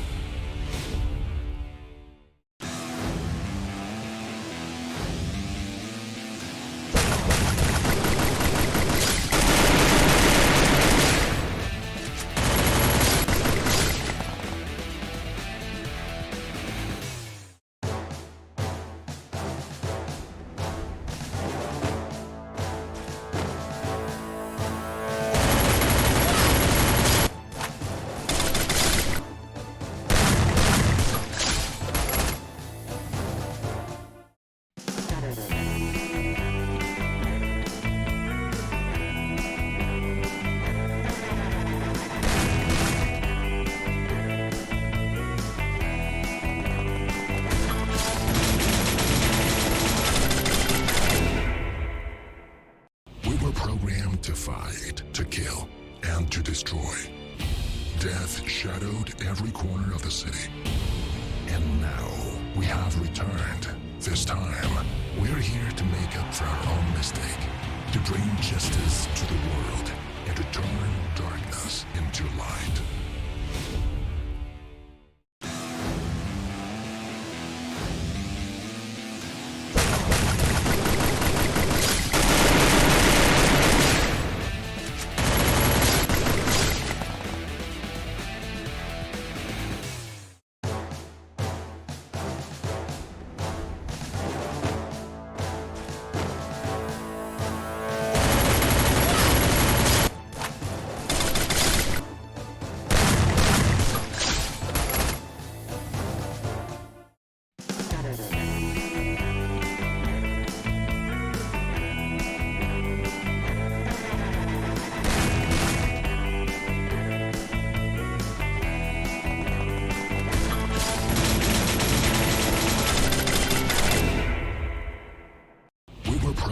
To fight, to kill, and to destroy.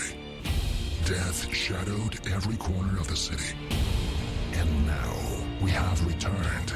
This time, we're here to make up for our own mistake, to bring justice to the world, and to turn darkness into light.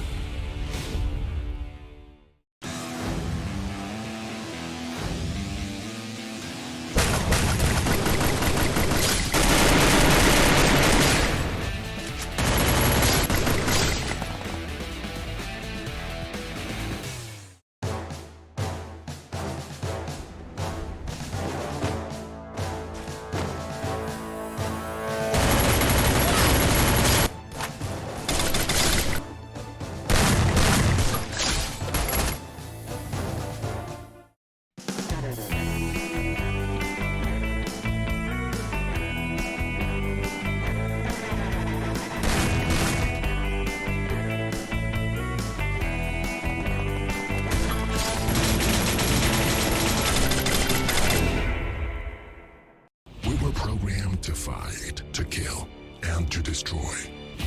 Death shadowed every corner of the city. And now, we have returned. This time, we're here to make up for our own mistake, to bring justice to the world, and to turn darkness into light.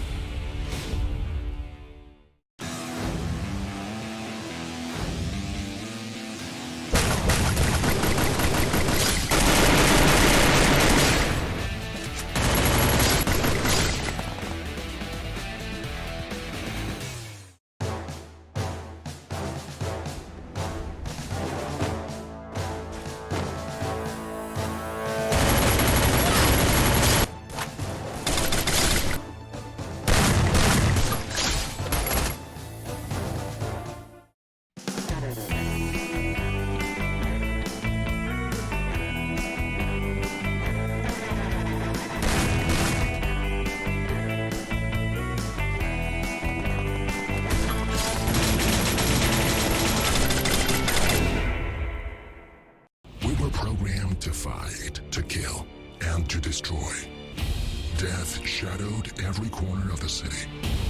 And now, we have returned. This time, we're here to make up for our own mistake, to bring justice to the world, and to turn darkness into light.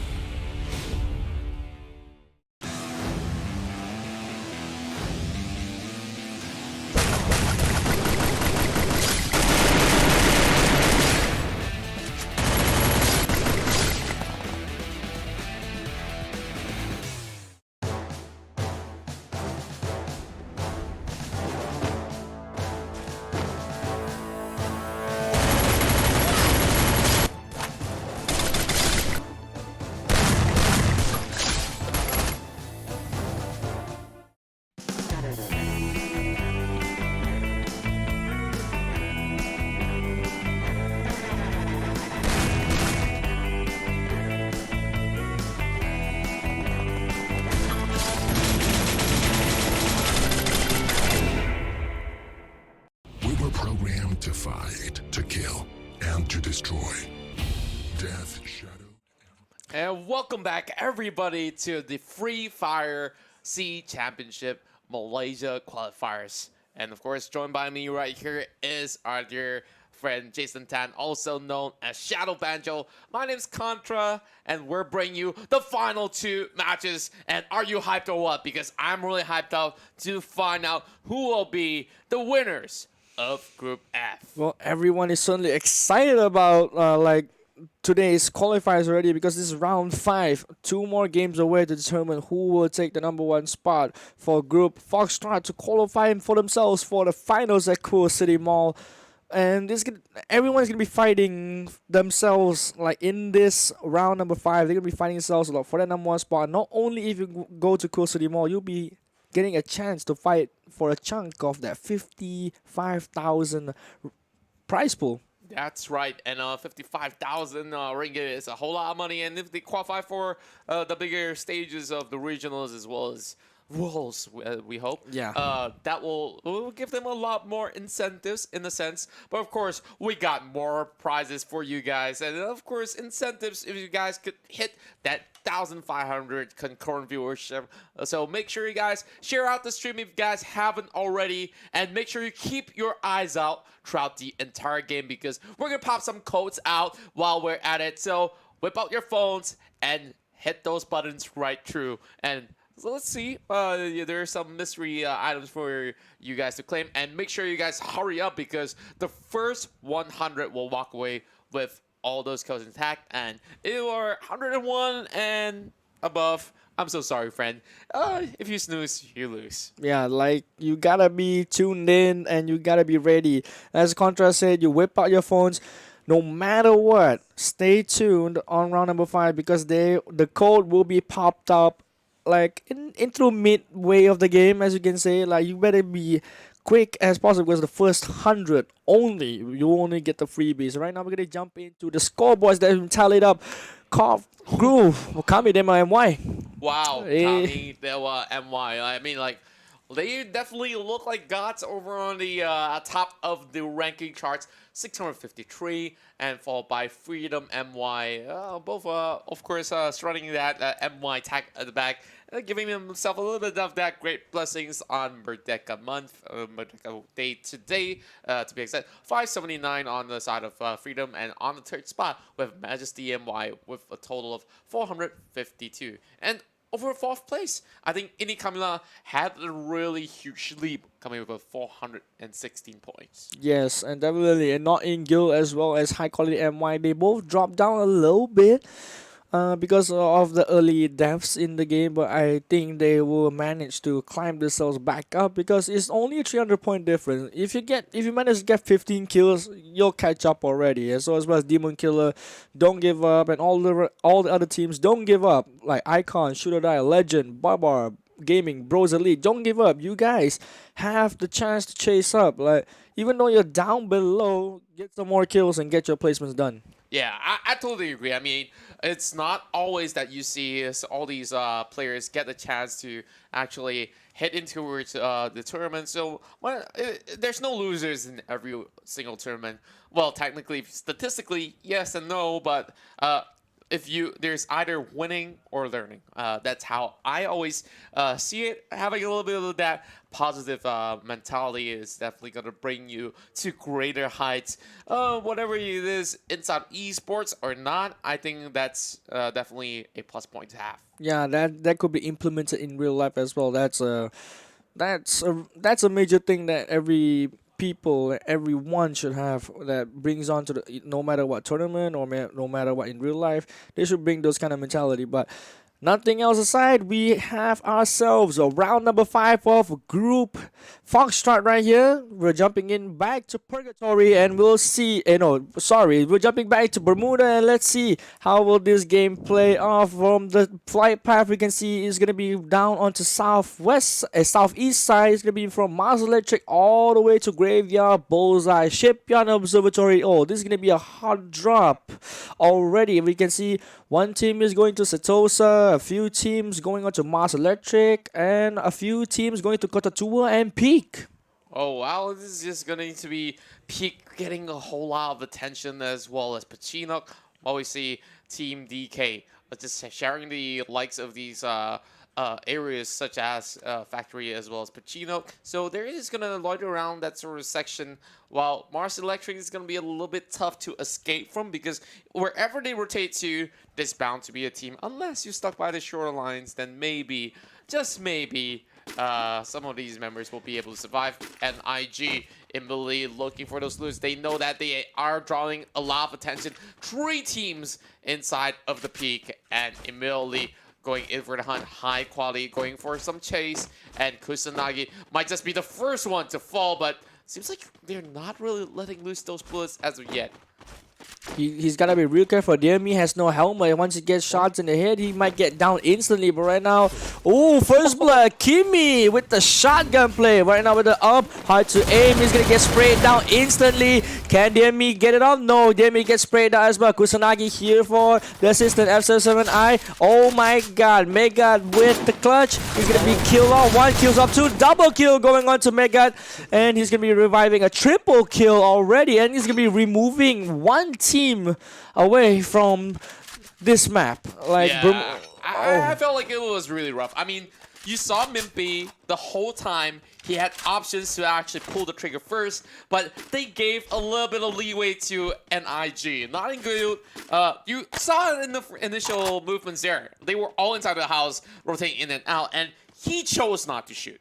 Like, that itself was just holding back. And yeah. But once you hold back, you're just giving chances to your enemies. And this is how NIG capitalized on that advantage and immediately went for the turnaround. And I guess this is a rough way to actually end off round number 5. But they will definitely have to buckle up for match number 6. While we see Kami, Dewa, MY still on the top of the ranking charts. Well, I believe that there are teams such as Freedom, MY, that could potentially bring the fight towards the side of Kami Dewa.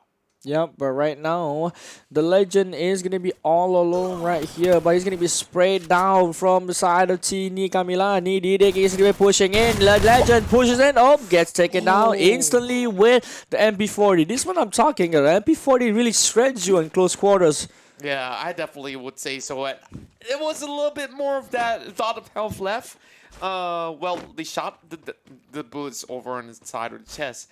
If there were enemy getting shot by the head, then maybe that will be, of course, him just clutching it out. But, of course, shotgun shells to the head is no easy task. But we're looking at another flank heading towards the factories. It's a 3-way tie, and Icon is rushing in towards the compound. Ni Camila already having a little bit of those bullets flying inside, and all these other sections is going to be a lot of members of Icon trying to dive right in towards the picture. Whoop, lands some shots onto Hazi. Hazi not taking any damage as yet. He's going to be fall back. He's going to be healing. Niharka is going to be taking a lot of damage. Pause of the glow wall. Defense for himself. Icon MY. Hazi is going to be putting some damage. Glow wall dropping very low. He's going to be pushing. Flu no hesitates no more. He's going to be pushing. Niharka is going to be spraying down. Can he get the kill? No. Hazi with the shotgun gets the kill. And they will be eliminated off from the game this early as well. There will be one more team approaching right there. Devil Killers heard those gunshots. They might be approaching soon. That's a huge one coming in from the side of Icon, and they were hugging by the corners of the container. And some of all these teams that went in for that sort of dive, they did not expect anything at all coming from the side of Icon, but they were definitely caught by surprise. Like, you saw the sort of rotation, a little bit of an unnecessary loop around from the corner of the factory. But speaking of loop arounds, that's going to be Odak getting sprayed down by Fox. That was some sick tap outs with the M4A1. And right now, still continuing to spraying down to Dune, but Dune dropping very low. Will he get the down? Yes, he will get the down. Slowly bleeding out. One more member from the side of Team Devil Killers. He's going to be alone right here. He's going to be committing to the rest, but Vox and Hazik is pushing already. He's going to be healing up real soon, but no, Professor Saw lobs a grenade. Oh, he knocks down one. He gets two, and Demon Killer is eliminated. So 7 teams left. 7 teams left on the game, so Icon really coming out strong. Total 7 kills already for the team. Wow, you can see Icon striking terror in their hearts, and we are seeing a different beast mode coming out from these guys. Game 1 was a little bit of a sleeper fest coming from Icon. No offense. No offense. It is what it is. I mean, they dropped out early with no kills. Second game, maybe 1 or 2. Now, at least you see a really huge progression going in for the side of Icon MY. But judging from this circle that we're seeing over on towards the clock towers, it's relatively empty. And a lot of all these teams are playing by the outskirts. So how is this one going to go down? As I can see from the situation of the circle right here, I think that the players don't want to get stuck in some awkward positions right here, because most of the circle is going to be on a high ground advantage all towards the north side. I'm going to see Kami, Dewa, M1 is going to be moving in towards the side of the team number 5 right here. Majesty is team number 5. Rakia Bawang, he's going to be sitting down there. He's going to be spotted. He's going to be spotting out some members of Team Kamidewa already. And Majesty still going to be slowly pushing up. Oh, they're getting closer and closer. They might just get into the fight right now. It's just going to be some interesting setup that we're seeing right here coming from inside of Sirius P90 alongside with the M4 in the hand. And Kamidewa is just getting those angles from the top side. So Zuxin, main fragment from the side of Kamidewa, is already ready to tap this one. And Sirius cutting across, it will have the glue wall getting expended right in front. It's just pulling out the katana, and La Raza from the outer back end is getting clipped away.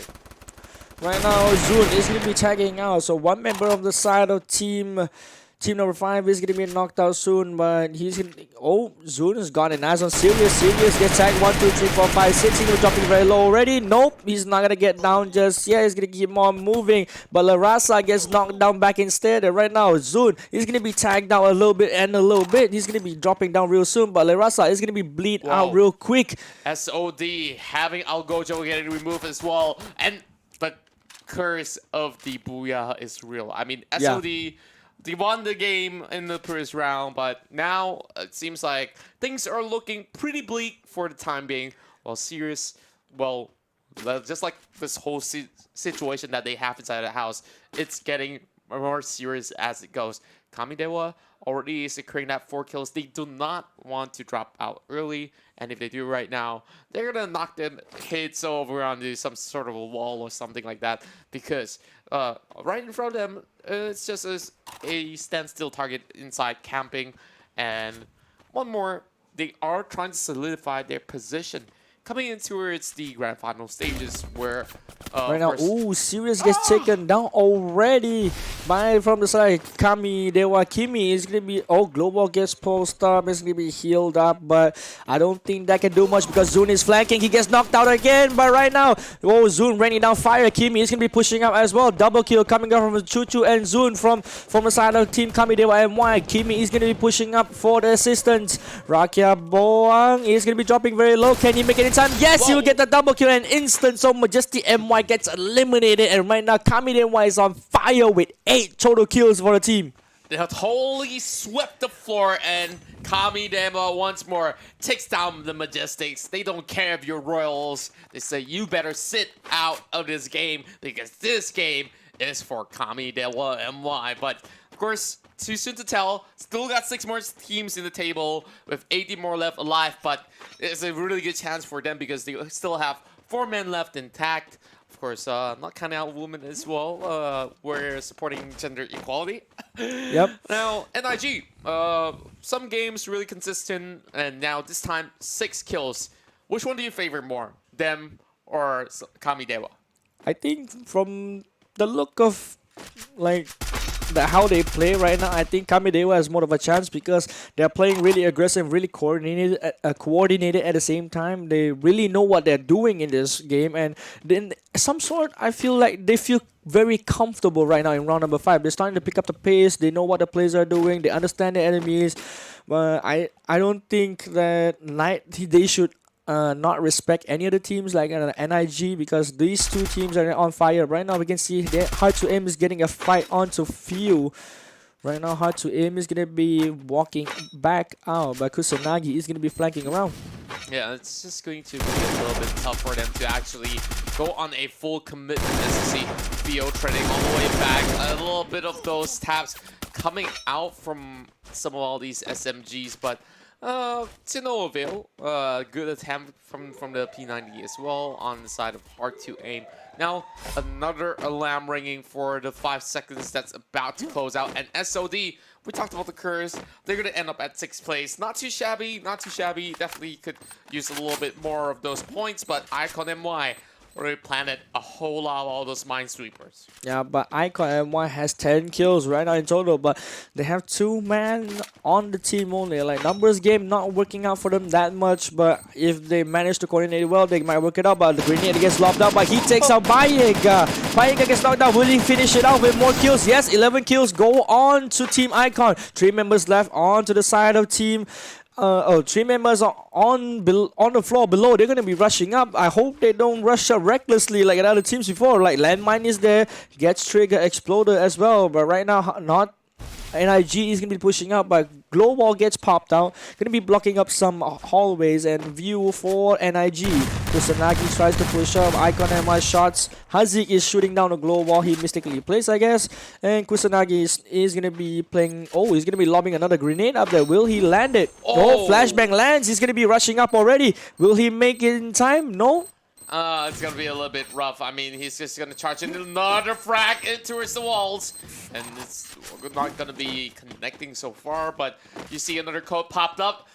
Same goes to the bomb, but make sure you guys pop this in after this team fight because this is about to go down, baby. As we see, Kusanagi just waiting out for the rest of the members to come right across. NIG getting suppressed, but there's all 3 members. There's no way that they could possibly end up with this sort of nades, but speaking of nades, this is just going to flush them out for a little bit more. And there's going to be trolls after trolls, and there we have it. That's going to be the first takedown coming in for the side of Hazik as he rotates all the way back, and he's hopping all the way in, trying to open a little bit room for the glow walls, but it's just Hard to Aim, waiting it out, trying to find Hazik. Oh, Hazik's still alive. Right now, Hazik is still alive. He's dropping down very low on HP, but he's gonna be healing back up. But one of the team members from the side, NRG, sacrificed himself. Right, they're stuck in between the Global and in between Icon. Gets 1 kill, so a total of 12 kills now for Icon. MY, Hazik is really doing a great job right here. He's reading the enemy's movement, but right now, Megad is dropping very low, but Few is going to be my attempt to go chase him. Yep, that's why I can see Hazik is dropping down low, but he gets spotted out by Bukit Gunting. He's going to be landing a few shots, tagging him a little bit. Yeah, it's just gonna tickle a little bit more, but of course, oh, there we go. A little bit more of that tussle. Hazik goes 1-for-1 against Mega, and that will be hard to aim, securing this one in the bag. Well, we still have the code up and running. Make sure you can play, and that's gonna be bullets raining from above. Theo just trying to hug by the corners of the goal. Hard to aim, trying to find where the bullets are coming from, and it seems like there will be a little bit of the room for hard to aim to rotate across. Yeah, but he gets taken out by Bukit Kenting and easily all the Freedom gangs. He's gonna be taking them off, and Theo is in a little bit of trouble, but he racked up 14 kills for the team. That's a huge number coming in from Icon, and this is going to skyrocket their way. I think that they might be in either top 2. Yeah, they might be in the top 2 already because Icon MY is doing a really good job. Oh, like, no, sorry, not 14, 12 kills already, and Icon MY is going to be staying outside of the circle, still stacking up meds, trying to loot up as much items as possibly can, like meds, even grenades, even utility, glow ball. He has 5 glow balls and 5 and then 2 med kits, and right now Kamidewa is going to be pushing outside from the outside as well, but right now, ooh, Akif just lands his shot. That's some great landing coming from side of Flowers as well. Gets Choo Choo coming from the side of Kami. Well, we see Freedom MY going in for some revival. Icon MY, we hyped so much about it, but now it's down to the top 3. Icon down on 4th place, but Freedom still looking pretty alright, but this game, low kill volumes. How much can they take from this round? It's only 9 people alive here. Minus them is only 5 persons alive. Because there's a 4-man strong. But Akif is getting freaking very low. Akif, slowly, we're going to be chopped out. But nope, he pops out the glow wall just in time. Bukit Gunting is there for the assist. He's going to be helping him out, but not much. Oh, Akif Bosco gets knocked out by Pokchik instantly. But, there's nothing that Freedom can do. Look at this. Look at Asher. He's going to be shredded out by the AK. There's nothing much you can do. Ashad is pinched right there on the palm tree. It's just a little bit of those sort of cover that Ashad could utilize for the time being. But Circle Advantage definitely goes in towards the Legend, separating themselves into 2 different sections. So they don't really mind if they get sort of knocked because top 3 still offers you pretty much of a decent points when it comes to standings. But of course, kills, and kills. We talked about it, 20 points each one. And it's really crucial, especially when you're down to only 1 last game in the next round. Right now, Pochik spotted Ashid. He's going to be taking advantage of it because it's on the outpost right here. He's going to be taking advantage of the high ground. But right now, Pochik is be spotting out Bukit Gunting, still shooting. But Bukit Gunting gets knocked out by Zun instantly. He's going to be stealing the kill. Can he steal the kill? Yes, he can. But oh no!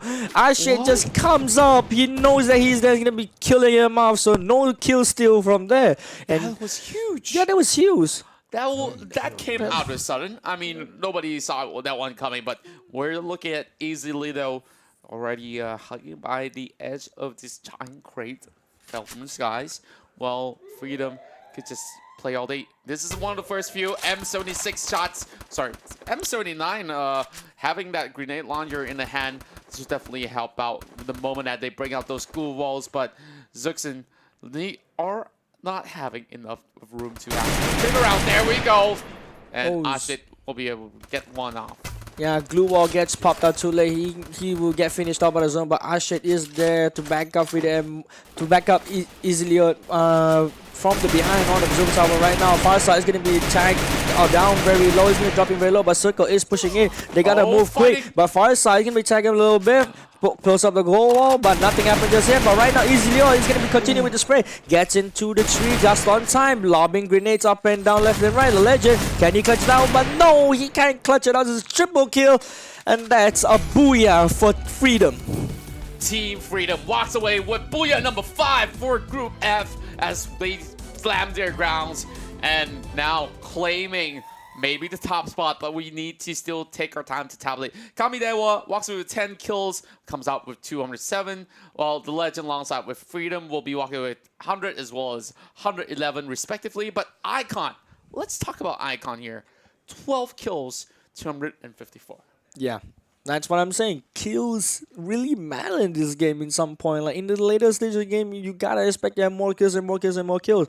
And look at the other teams. Like even though Like, look at the placement points, like survival score. It doesn't mean anything, to be honest. Like, kills does matter Yeah. in the game. It really was a format which, you know, you really take people out or get taken out in that sort of sense. And that's the beauty of Garena Free Fire that you are currently watching right now. So we've got round number 5 concluded, which means that this penultimate round is going to lead to our finale for Group F. But of course, if you guys feel a little bit disappointed, man, I want more Free Fire action. Tomorrow we'll still be having a lot more of these games, but this doesn't mean goodbye. I mean, we still have one more match before we sum up the tables and everything else. So we just really have to wait for all these things to actually conclude, and that's where we'll be breaking you down who will be going into the Free Fire SEA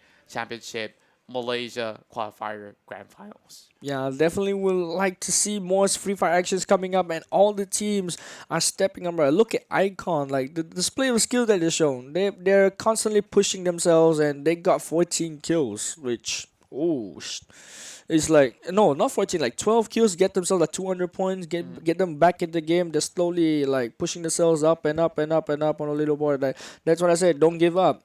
Although there is one more round left, you never give up. Who knows, you might snatch the first place spotlight because you have 20 kills in the game. That's right, and of course that's some wise words coming from our dear boy Shallow Banjo right here. Now, a lot of all these players, of course, after sitting there for countless hours, I'm pretty sure that they are a little bit worn out in the sense. So when it comes to Battle Royales, stamina plays a vital key, especially for players who are playing from morning all the way to night. There are some tournaments that run for more than 6 games, mind you. Yeah. So this is just like, you know, another day in the life of trying to become a pro player or already are a pro player in that sort of sense. Now, there's a lot of responsibility when it comes to taking initiatives such as the ones we saw inside of the game earlier on how they actually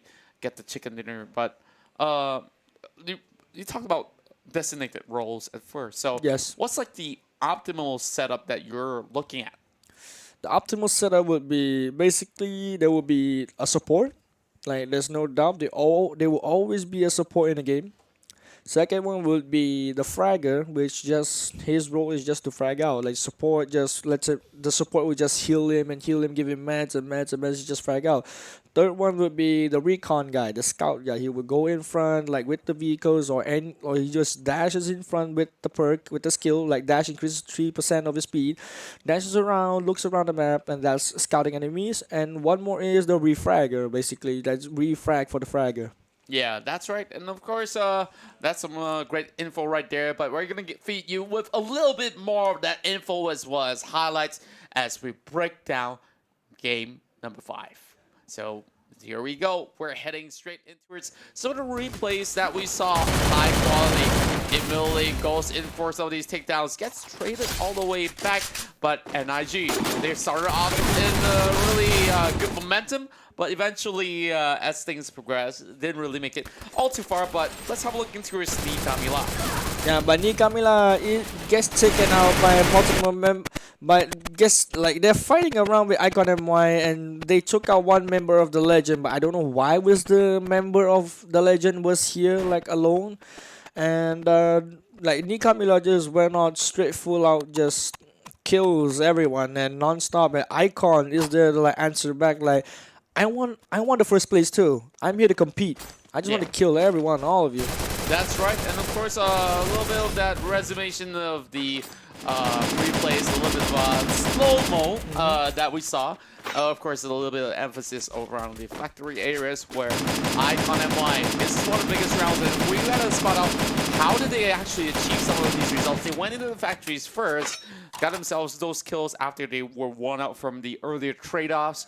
And as they cut across all these sort of sections, they eventually managed to get Majesty taken out. And Icon MY, they never let NIG breathe. They were constantly harassing them up from above. And I'm not sure what Boyle was actually up to, but that's out in the open. Now that's out in the open, 2 out in the open to be honest. And this one right here, Kusanagi just misses the timing of the flashbang, but Hazik and Fio are ready for them. Like, look at this. He just jumps in, vaults in, check. There's nobody there.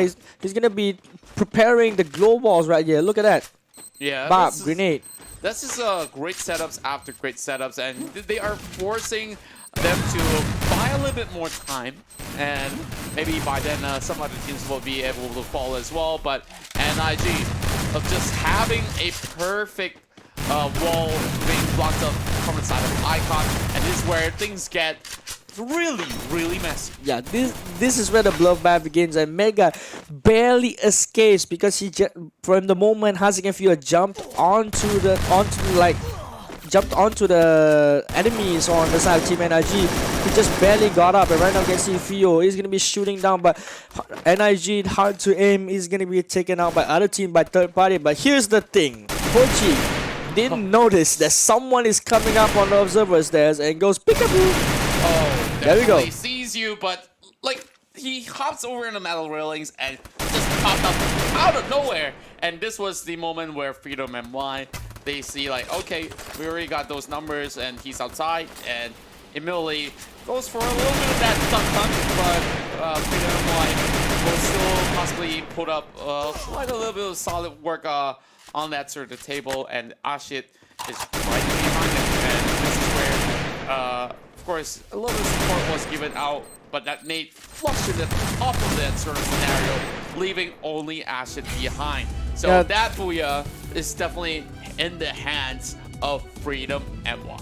Yeah, there's nothing much that Fasa can do as well from the side of Team Legend. Like, the circle is not in their favor all the time, as always. Like, sometimes they do have the favor, but they didn't utilize the space they had to work with to the max. Like, not like other teams. Like, for instance, like Kami de Mawai, they drop down in a certain place. They utilize everything around them. They know where to move, they know their space to work with. Exactly, just that, and that definitely gives them that edge to take home that 5th Booyah of the day.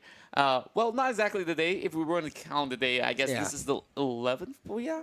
Yeah, this is the 11th Booyah. So, next one, we're going to see our very final game on Merdeka Day, which will be Group F. Find out once again to see who walks away as the top dogs going in towards the Malaysian finals of SEA Championship of Garena Free Fire. My name is Contra. This is Shadow Banjo. We'll be shouting out for a little bit, but we'll be right back.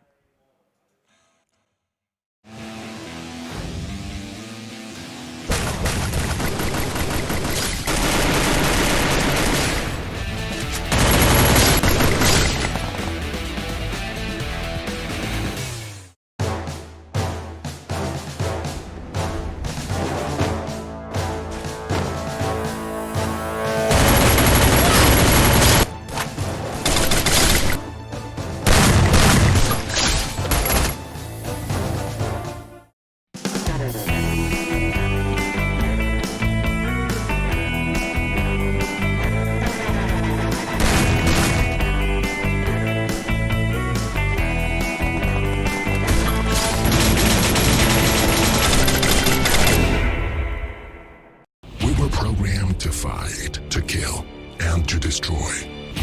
Death shadowed every corner of the city. And now we have returned. This time, we're here to make up for our own mistake, to bring justice to the world, and to turn darkness into light.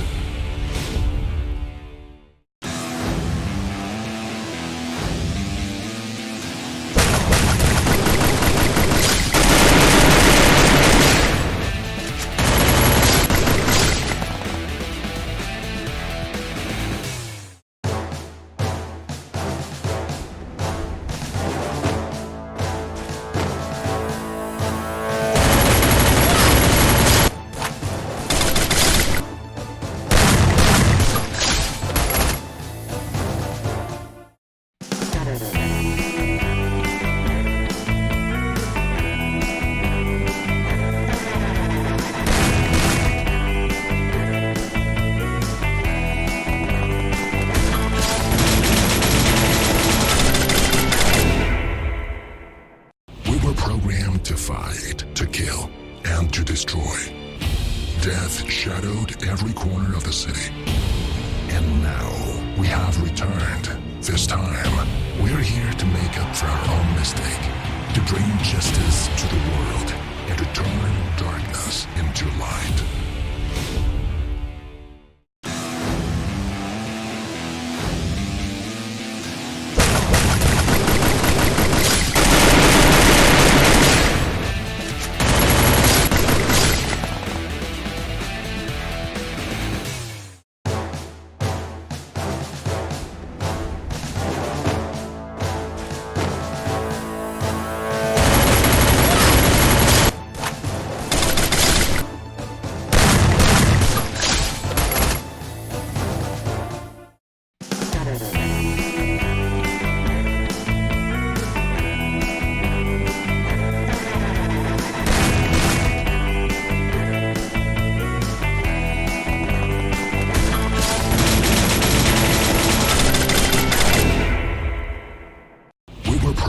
To fight, to kill, and to destroy. Death shadowed every corner of the city. And now we have returned. This time, we're here to make up for our own mistake, to bring justice to the world, and to turn darkness into light.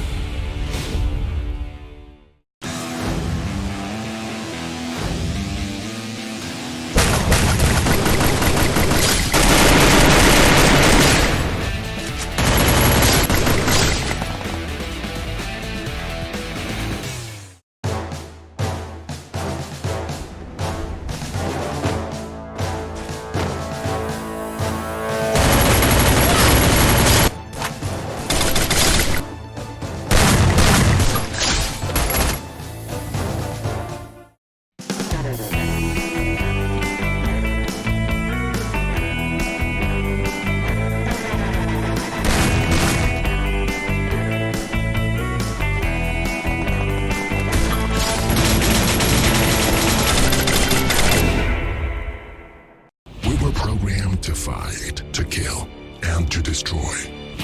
Death shadowed every corner of the city. And now we have returned.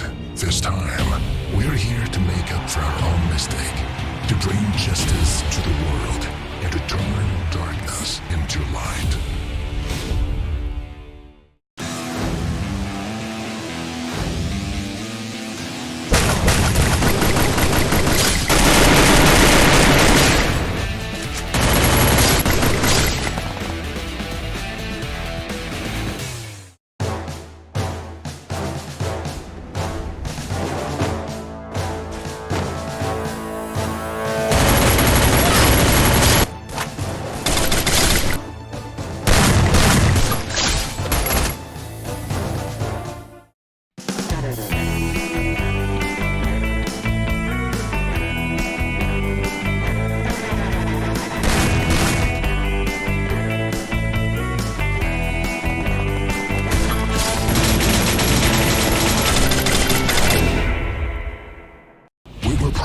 To fight, to kill, and to destroy. Death shadowed every corner of the city. And now we have returned. This time, we're here to make up for our own mistake, to bring justice to the world, and to turn darkness into light.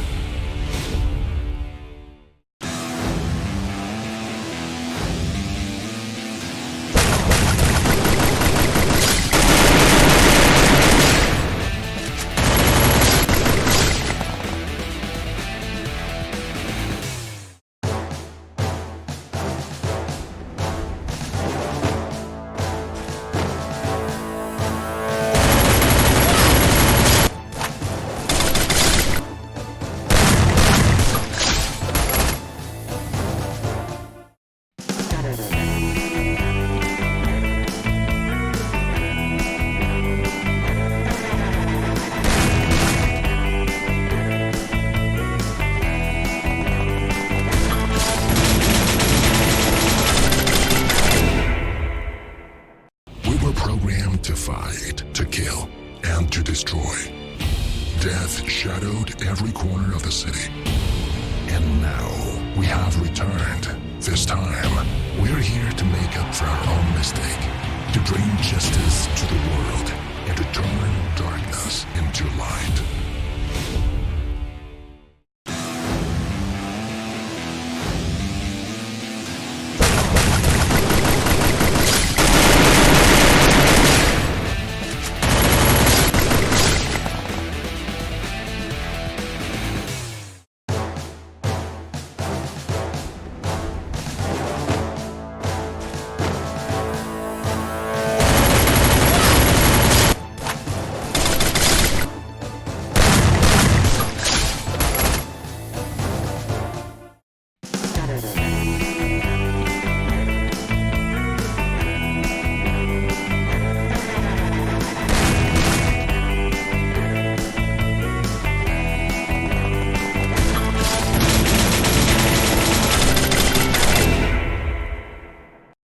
Programmed to fight, to kill, and to destroy. Death shadowed every corner of the city. And now, we have returned. This time, we're here to make up for our own mistake, to bring justice to the world, and to turn darkness into light.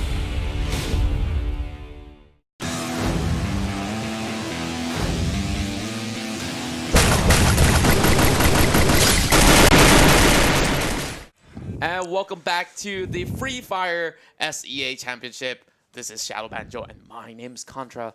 And we are down to a very final match of the day. It's going to be Group F, match number 6. You guys just walked right in. We've already seen so many of these great Booyahs happening across the block. But right now, as it stands of current, we'll have the scoreboards to line up to break down all the total rankings from all of our teams. So let's have a look at it and run this right through. Ooh, Carnival still staying solid on first place with 40 kills on the board, total of 870 points. No, like they're staying solid right there. Nobody's catching up. It's already round 5. This is the final round. So, Freedom, MY following up. They could catch up. 689 points. They gotta have more kills right now. They gotta chase for like high kill games in this final round to like give them a chance to get up into the first place. And yeah, looks like a two-way horse race in that sort of sense. But NIG 545. Do you think it's possible if let's say Kamidewa drops out early? Yeah, they can. Like they gotta rack up at least 15 kills in that game, or maybe even 12 kills with a Booyah, or even a 13 kill or 14 kill game with a Booyah. Minimum at least 12 kill game. Oh yeah, that's gonna be a really steep hill of kills that they really have to rack up on the table for them to actually proceed in towards the grand final rounds. But we're only looking for one member from each group, as we're looking at possibly the closest candidate right now is currently Kamidewa. Now, can they keep this one up? I think that they do have some great consistency. They've been having a lot of all these high kill volumes as well. And survival rate is pretty high within the team, as we saw. Most of all these members, they managed to clutch it all out, and they have pretty much a very balanced team. Yeah, everything is going as well as planned for, I think, for almost every other team.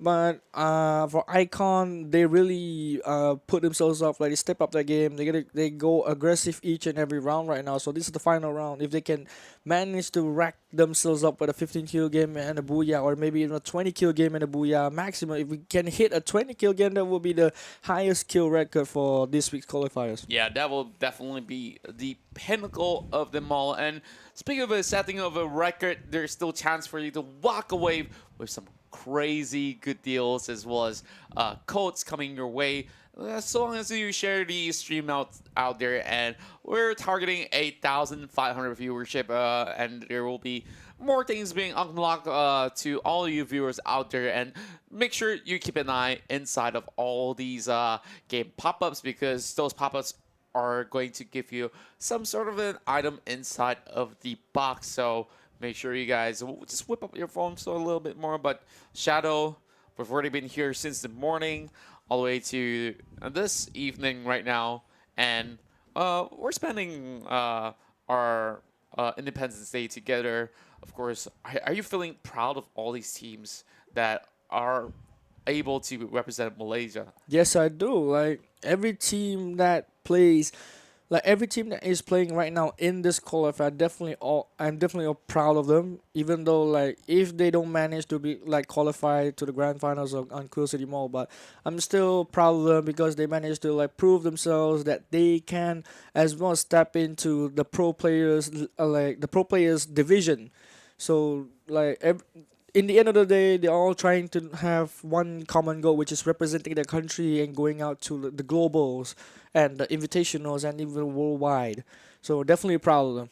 Yeah, I feel the same way as well. I mean, they're really working this out. I mean, if we are sitting here casting all these games, they're also spending their time just grinding all these games and trying to get themselves out there. I mean, some of these players, they may not get all too much of the spotlight, but now we finally see some really great talent on the table, and I'm really excited to see them play a lot more interesting matches to come. Now that we are all pretty much set for our very final match, we're just waiting for the players to get into the game.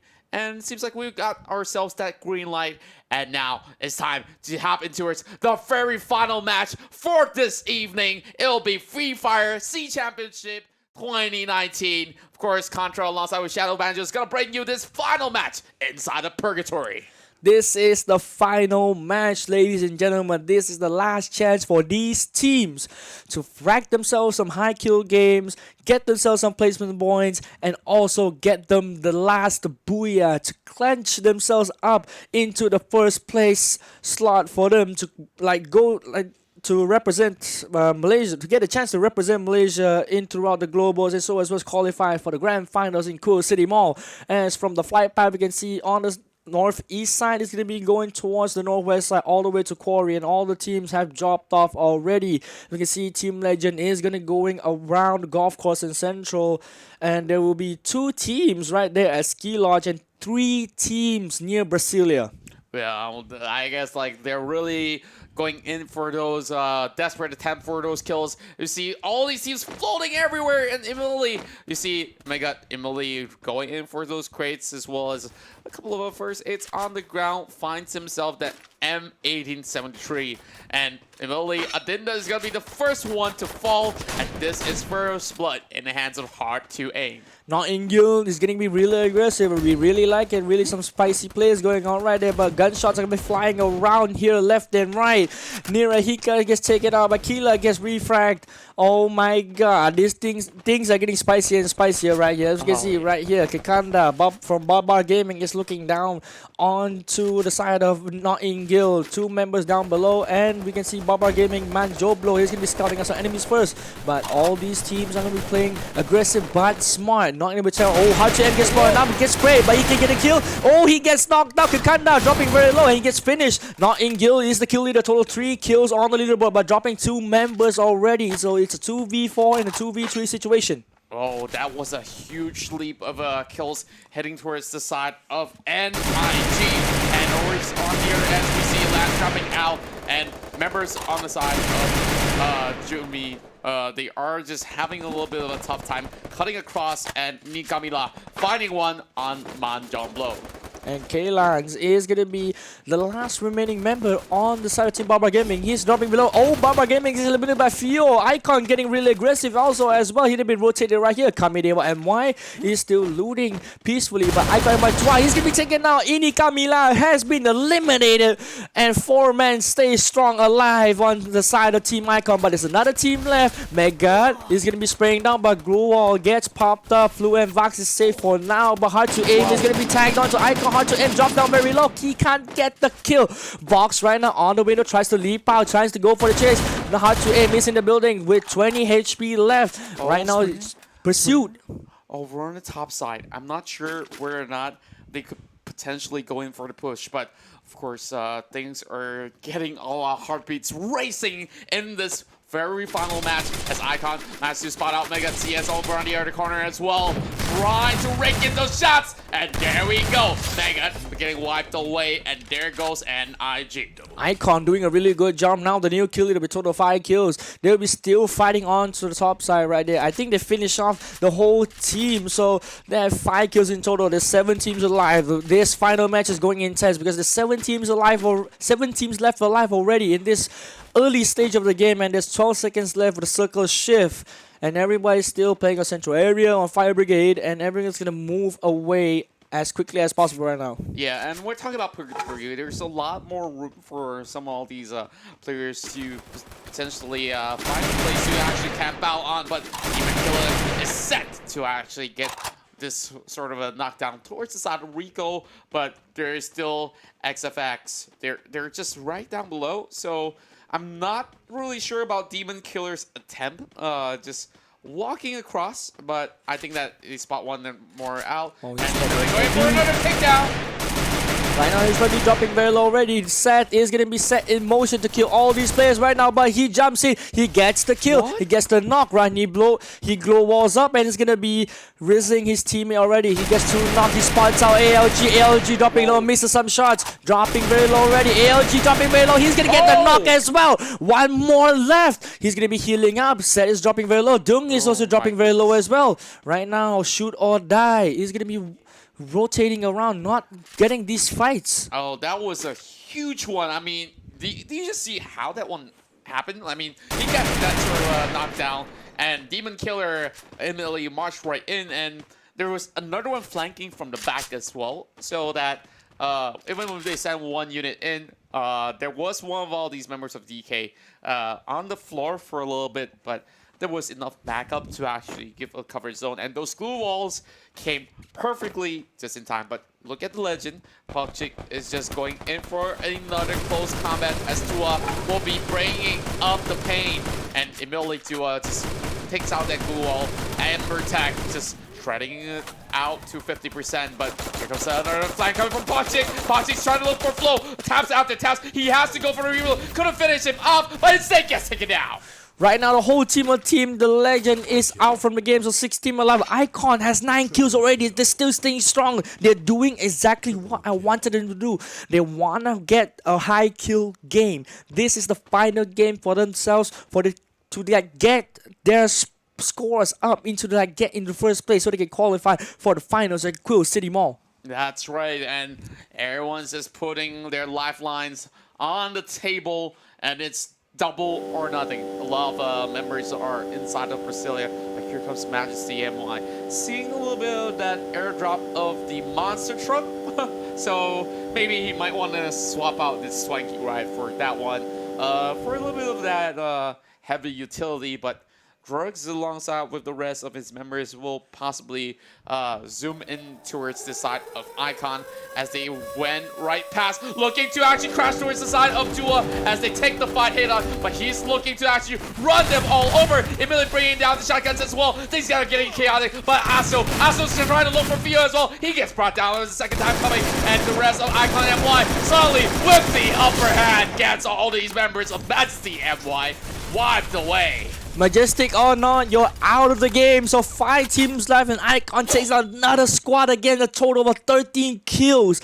Right now, they just need another few more kills to get. If they really can get a 20 kill game, they could be on the #1 spot in no time. But right now we can see team number 8, Bukit Gentong, is gonna be slowly rotating on their side because this is the final game. They want more kills as possible. Kami Dewa, MY, we are gods, really translates their team name right now, spraying against Bukit Genting. Bukit Genting dropping very low. Ashet is dropping very low as well. Glubal gets popped. Right now Zun is gonna be doing what he can to secure some kills right there. Kimi heals up, and right now it's all going chaos. Freedom is shooting down Icon, and this is a 3-way party. Oh my, this tree part is getting a little bit more complex as we see Easily though coming across towards the back. They want to deal with Kami on on the bridge first before anything else, because they know they are the biggest threat in between all these teams. But here comes Icon MY, the ones with the highest kills are taking him down and just breaking all these walls. This is just getting a little bit harder and harder to breathe as we see Bio getting brought down first alongside with Izolito, but Izolito is just gonna be accompanied by the rest of the members. And here comes the shotguns. Ashin rotating around, Hazik versus the wall, and suddenly tides definitely went in favor of the side of Freedom MY. But right now, Kami's going in for the flag. Oh, the bomb's just gonna land right behind, but there is Leah just getting that kill in hand. Oh my god, 2 teams just got eliminated right in the same spot. Kami and Y coming with the third party, getting the 5 kills on the board. But I have to give credits to Icon and Y. They got a lot of kills. They got almost like 15 kills on the board if they manage to finish them off. But right now it's in 12 kills. Now 3 teams left. We can see Kami Dewa MY and team number 9 and team number 6 are all these 3 teams left. It's a 4v3v1. It's 8 people alive right now. So the circle is still big. Circle is shrinking right now. So everyone is going to be pushing themselves right to the limit to get more kills as possible. Right now on the side, Team Demon Killer has 3 kills only, but Team Kamidewa has 5 to 6 kills, and team number 6, he just have to survive and see what happens out. Oh yeah, and we're looking at this circle. It's gonna take a little bit more time for it to close all the way in. A little bit of a bird's eye view on Purgatory, where our match number 6 is going to end up. They're just going to take a little bit of sweet time, enjoying themselves while they're at it. So SOD, they know they're not potentially getting any sort of that sort of a takedown so soon. So just going to bust a couple of quick moves and showing them you better get ready for this slay down, because SOD's gonna bring it to you. Now they're inside the zone, and looking at that sort of current scenario that we have here, now it's just going to be team number 9 here with the numbers advantage. Well, 6,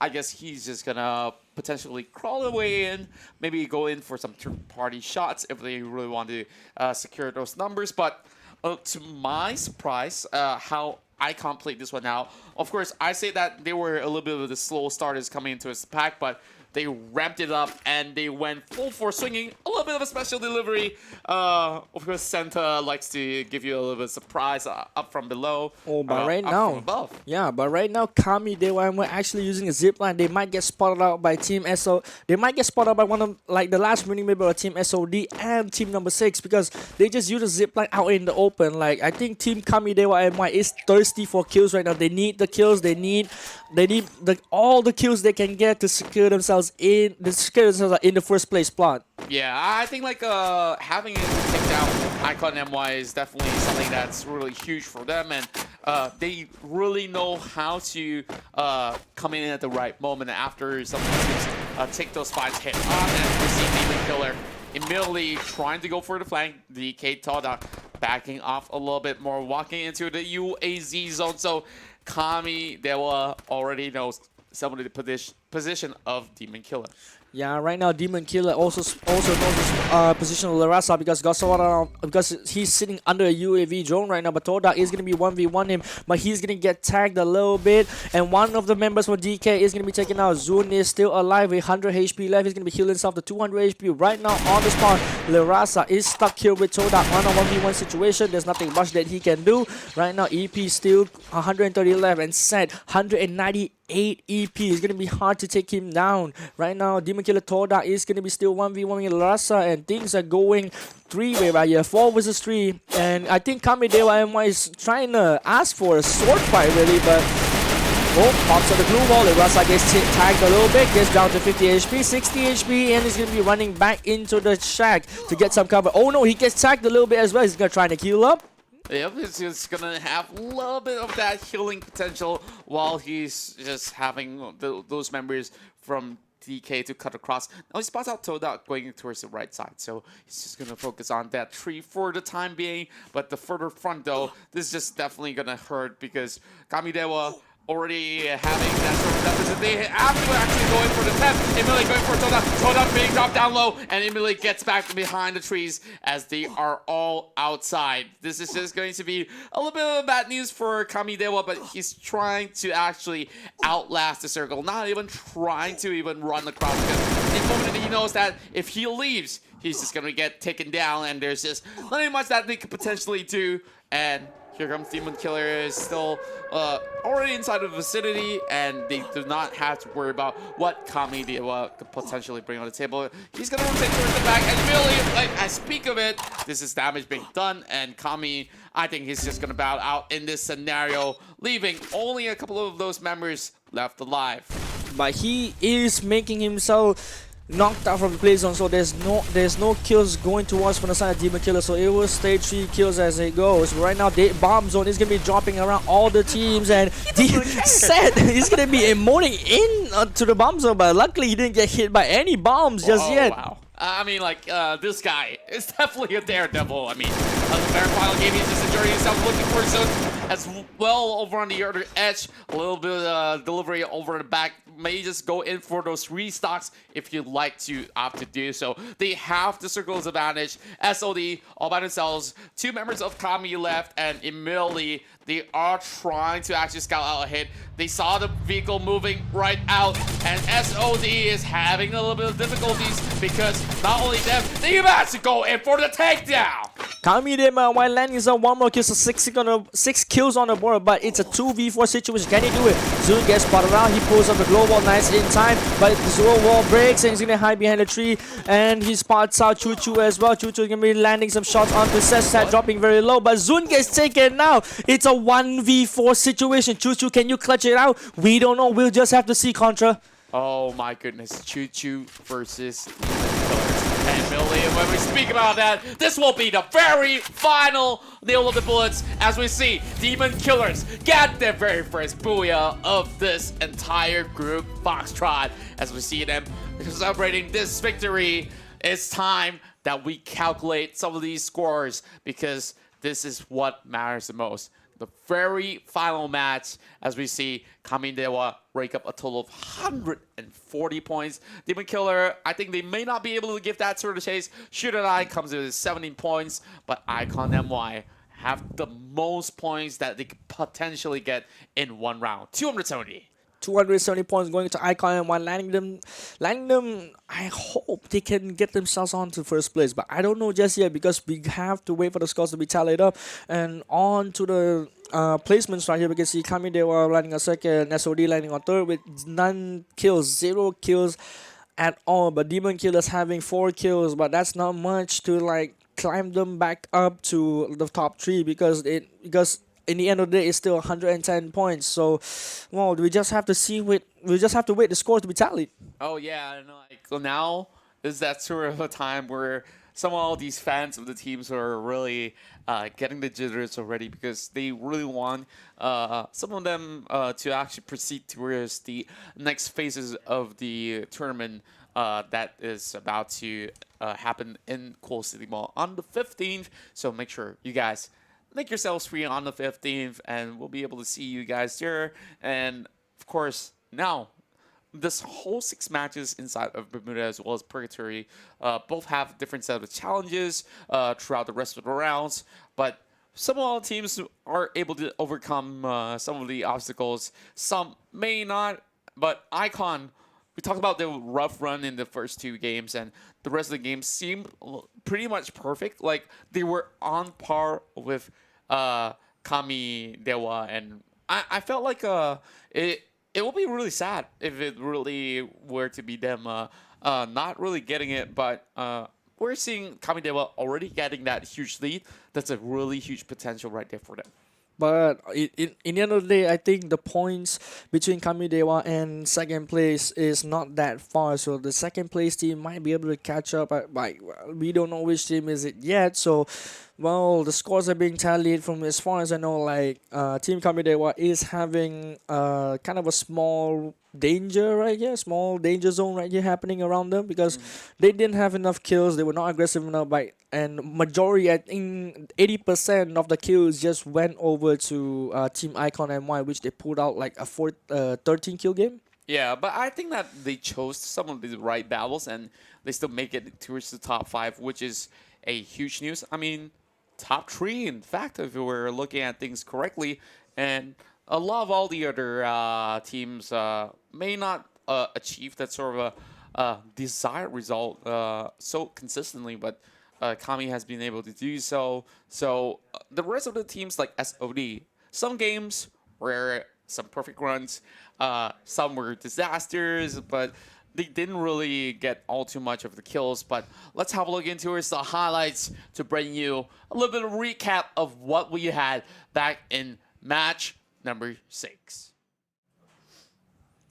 Right now, everyone, like from this highlight, we can see like everyone is dropping down the central area. Like here, we can see like almost 3 teams drop here. Let's see, Mega is gonna be finishing off Hard to Aim. Hard to Aim is gonna be finishing off someone. Like NIG is gonna be finishing off. Baba Gaming is gonna be caught off in the crossfire as well. They're gonna be hunted down one by one.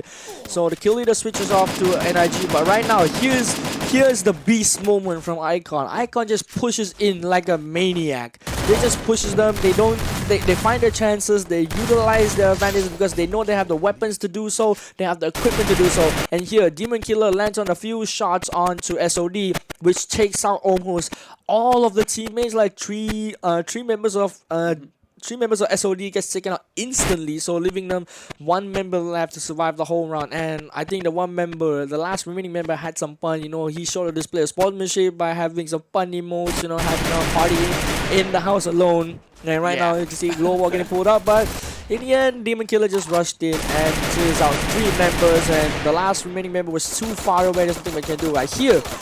Here is the amazing part. And I really like how Demon Killer really played out this entire match itself, like taking that fight pretty much convincingly, and they were level-headed the whole time around. And this is where Majesty MY went in for the rush, but did not secure those sort of kills that they desired. And Icon MY punishes them immediately, like instantaneously, just slams them down and say, "You're not gonna run into me." And Freedom MY, as we speak about them, they were getting caught up in this 3-way battle between some of the top teams that we saw. Icon was in there, and of course, later on joined by Kami as well. But I think, to be honest, like Icon had a good momentum shift towards in this final round of the game. But I think that after the fight where people rushed them, they should calm down a little bit, regroup, and think of what to do next instead of like, yes, you need to go for kills, but that's not the important part because you need to stay alive to get those extra points for placements. But right here, Freedom gets eliminated clean, and this is the part that we like to see. Like this part of the game is like, come on, like in a big circle with 3 teams left. And right now we see Rasa getting caught out right alone outside of the zone, and he went to scout out, but he got caught and he's left to fight 1v2 in this situation. He can't do anything much, so he decides to sacrifice himself outside from the zone and not giving any kills out to Demon Killer side. Yeah, but they managed to actually sprint across and still managed to knock out one member off the side of SOD, and they were just driving around and saying, you know what, it's only me alone, I'm just gonna get this one up. And Demon Killer, after having a magnificent fight, they managed to walk away with that Booyah in hand as they managed to take down the very final member of Kami Dewa. Now, this is how we concluded the Booyah, as we will sum up the rest of the match. Now, the C Championship has been filled with a lot of exciting action, a lot of huge upsets, turnaround of events, and now we've come down to our very final moment to unveil to you the champions of Group F. Let's bring you the scoreboard right now to bring down to you our results for Group F, as we have Kami Dewa MY leading the board with a total score of 10-10. That's 1,010 points. Well, they will be the team that will be qualifying themselves onto the grand finals at Coast City Mall. And they are the team that showed great dominance into the early stage of the game, right? Even in round 1 into the final round, they kind of fall out a bit, but still they won with dominating fashion, and the Freedom, I think they tried their best, and Icon as well. Icon actually did a really good job. They climbed up from rounds. They climbed up from 6th place to 3rd place, like right in an instant. That is huge, and look at the sort of the kills that they have. Just too short from Freedom MY, and I think if you give them another game or two, they will be able to catch up right on their tracks once more to potentially challenge Kamidewa. But unfortunately for them, their journey ends here because Kamidewa will be the only one proceeding in towards the grand final rounds in Quo City Mall. And my oh my, it's been a crazy good day, and of course it's such a great show that we have here, and it is also thanks to you guys who continue to support all this for making all these things happen. You guys are the real MVP. And Shadow, of course, this is Hari Merdeka. Any words you want to really say to other people watching out there before we end the show? I hope everyone right here in the audience, Malaysian or not, like if you are Malaysians, I wish you guys enjoy today at this day, because Malaysia was born right here. Like on this day is the 62nd birthday of our country. I wish you all happy Independence Day. All of you would bliss your joyness in all the roads and wave your flags all around and just happily celebrate Happy Independence Day. And throughout the audience, we would like to thank you for joining me and Contra as well from since the morning until now. Like from 2 groups, we finally crowned our like 2 top qualifying spots for the Cool City Mall, yeah, and that's all I think. I hope you guys enjoy today's broadcast. That's right, and that is all that we have for today. And we wish you Selamat Hari Merdeka and happy holiday for all of you guys back at home. So this is Contra here alongside with Shadow Banjo. We wish you guys a really great evening. And until then, we'll see you tomorrow for more Free Fire action.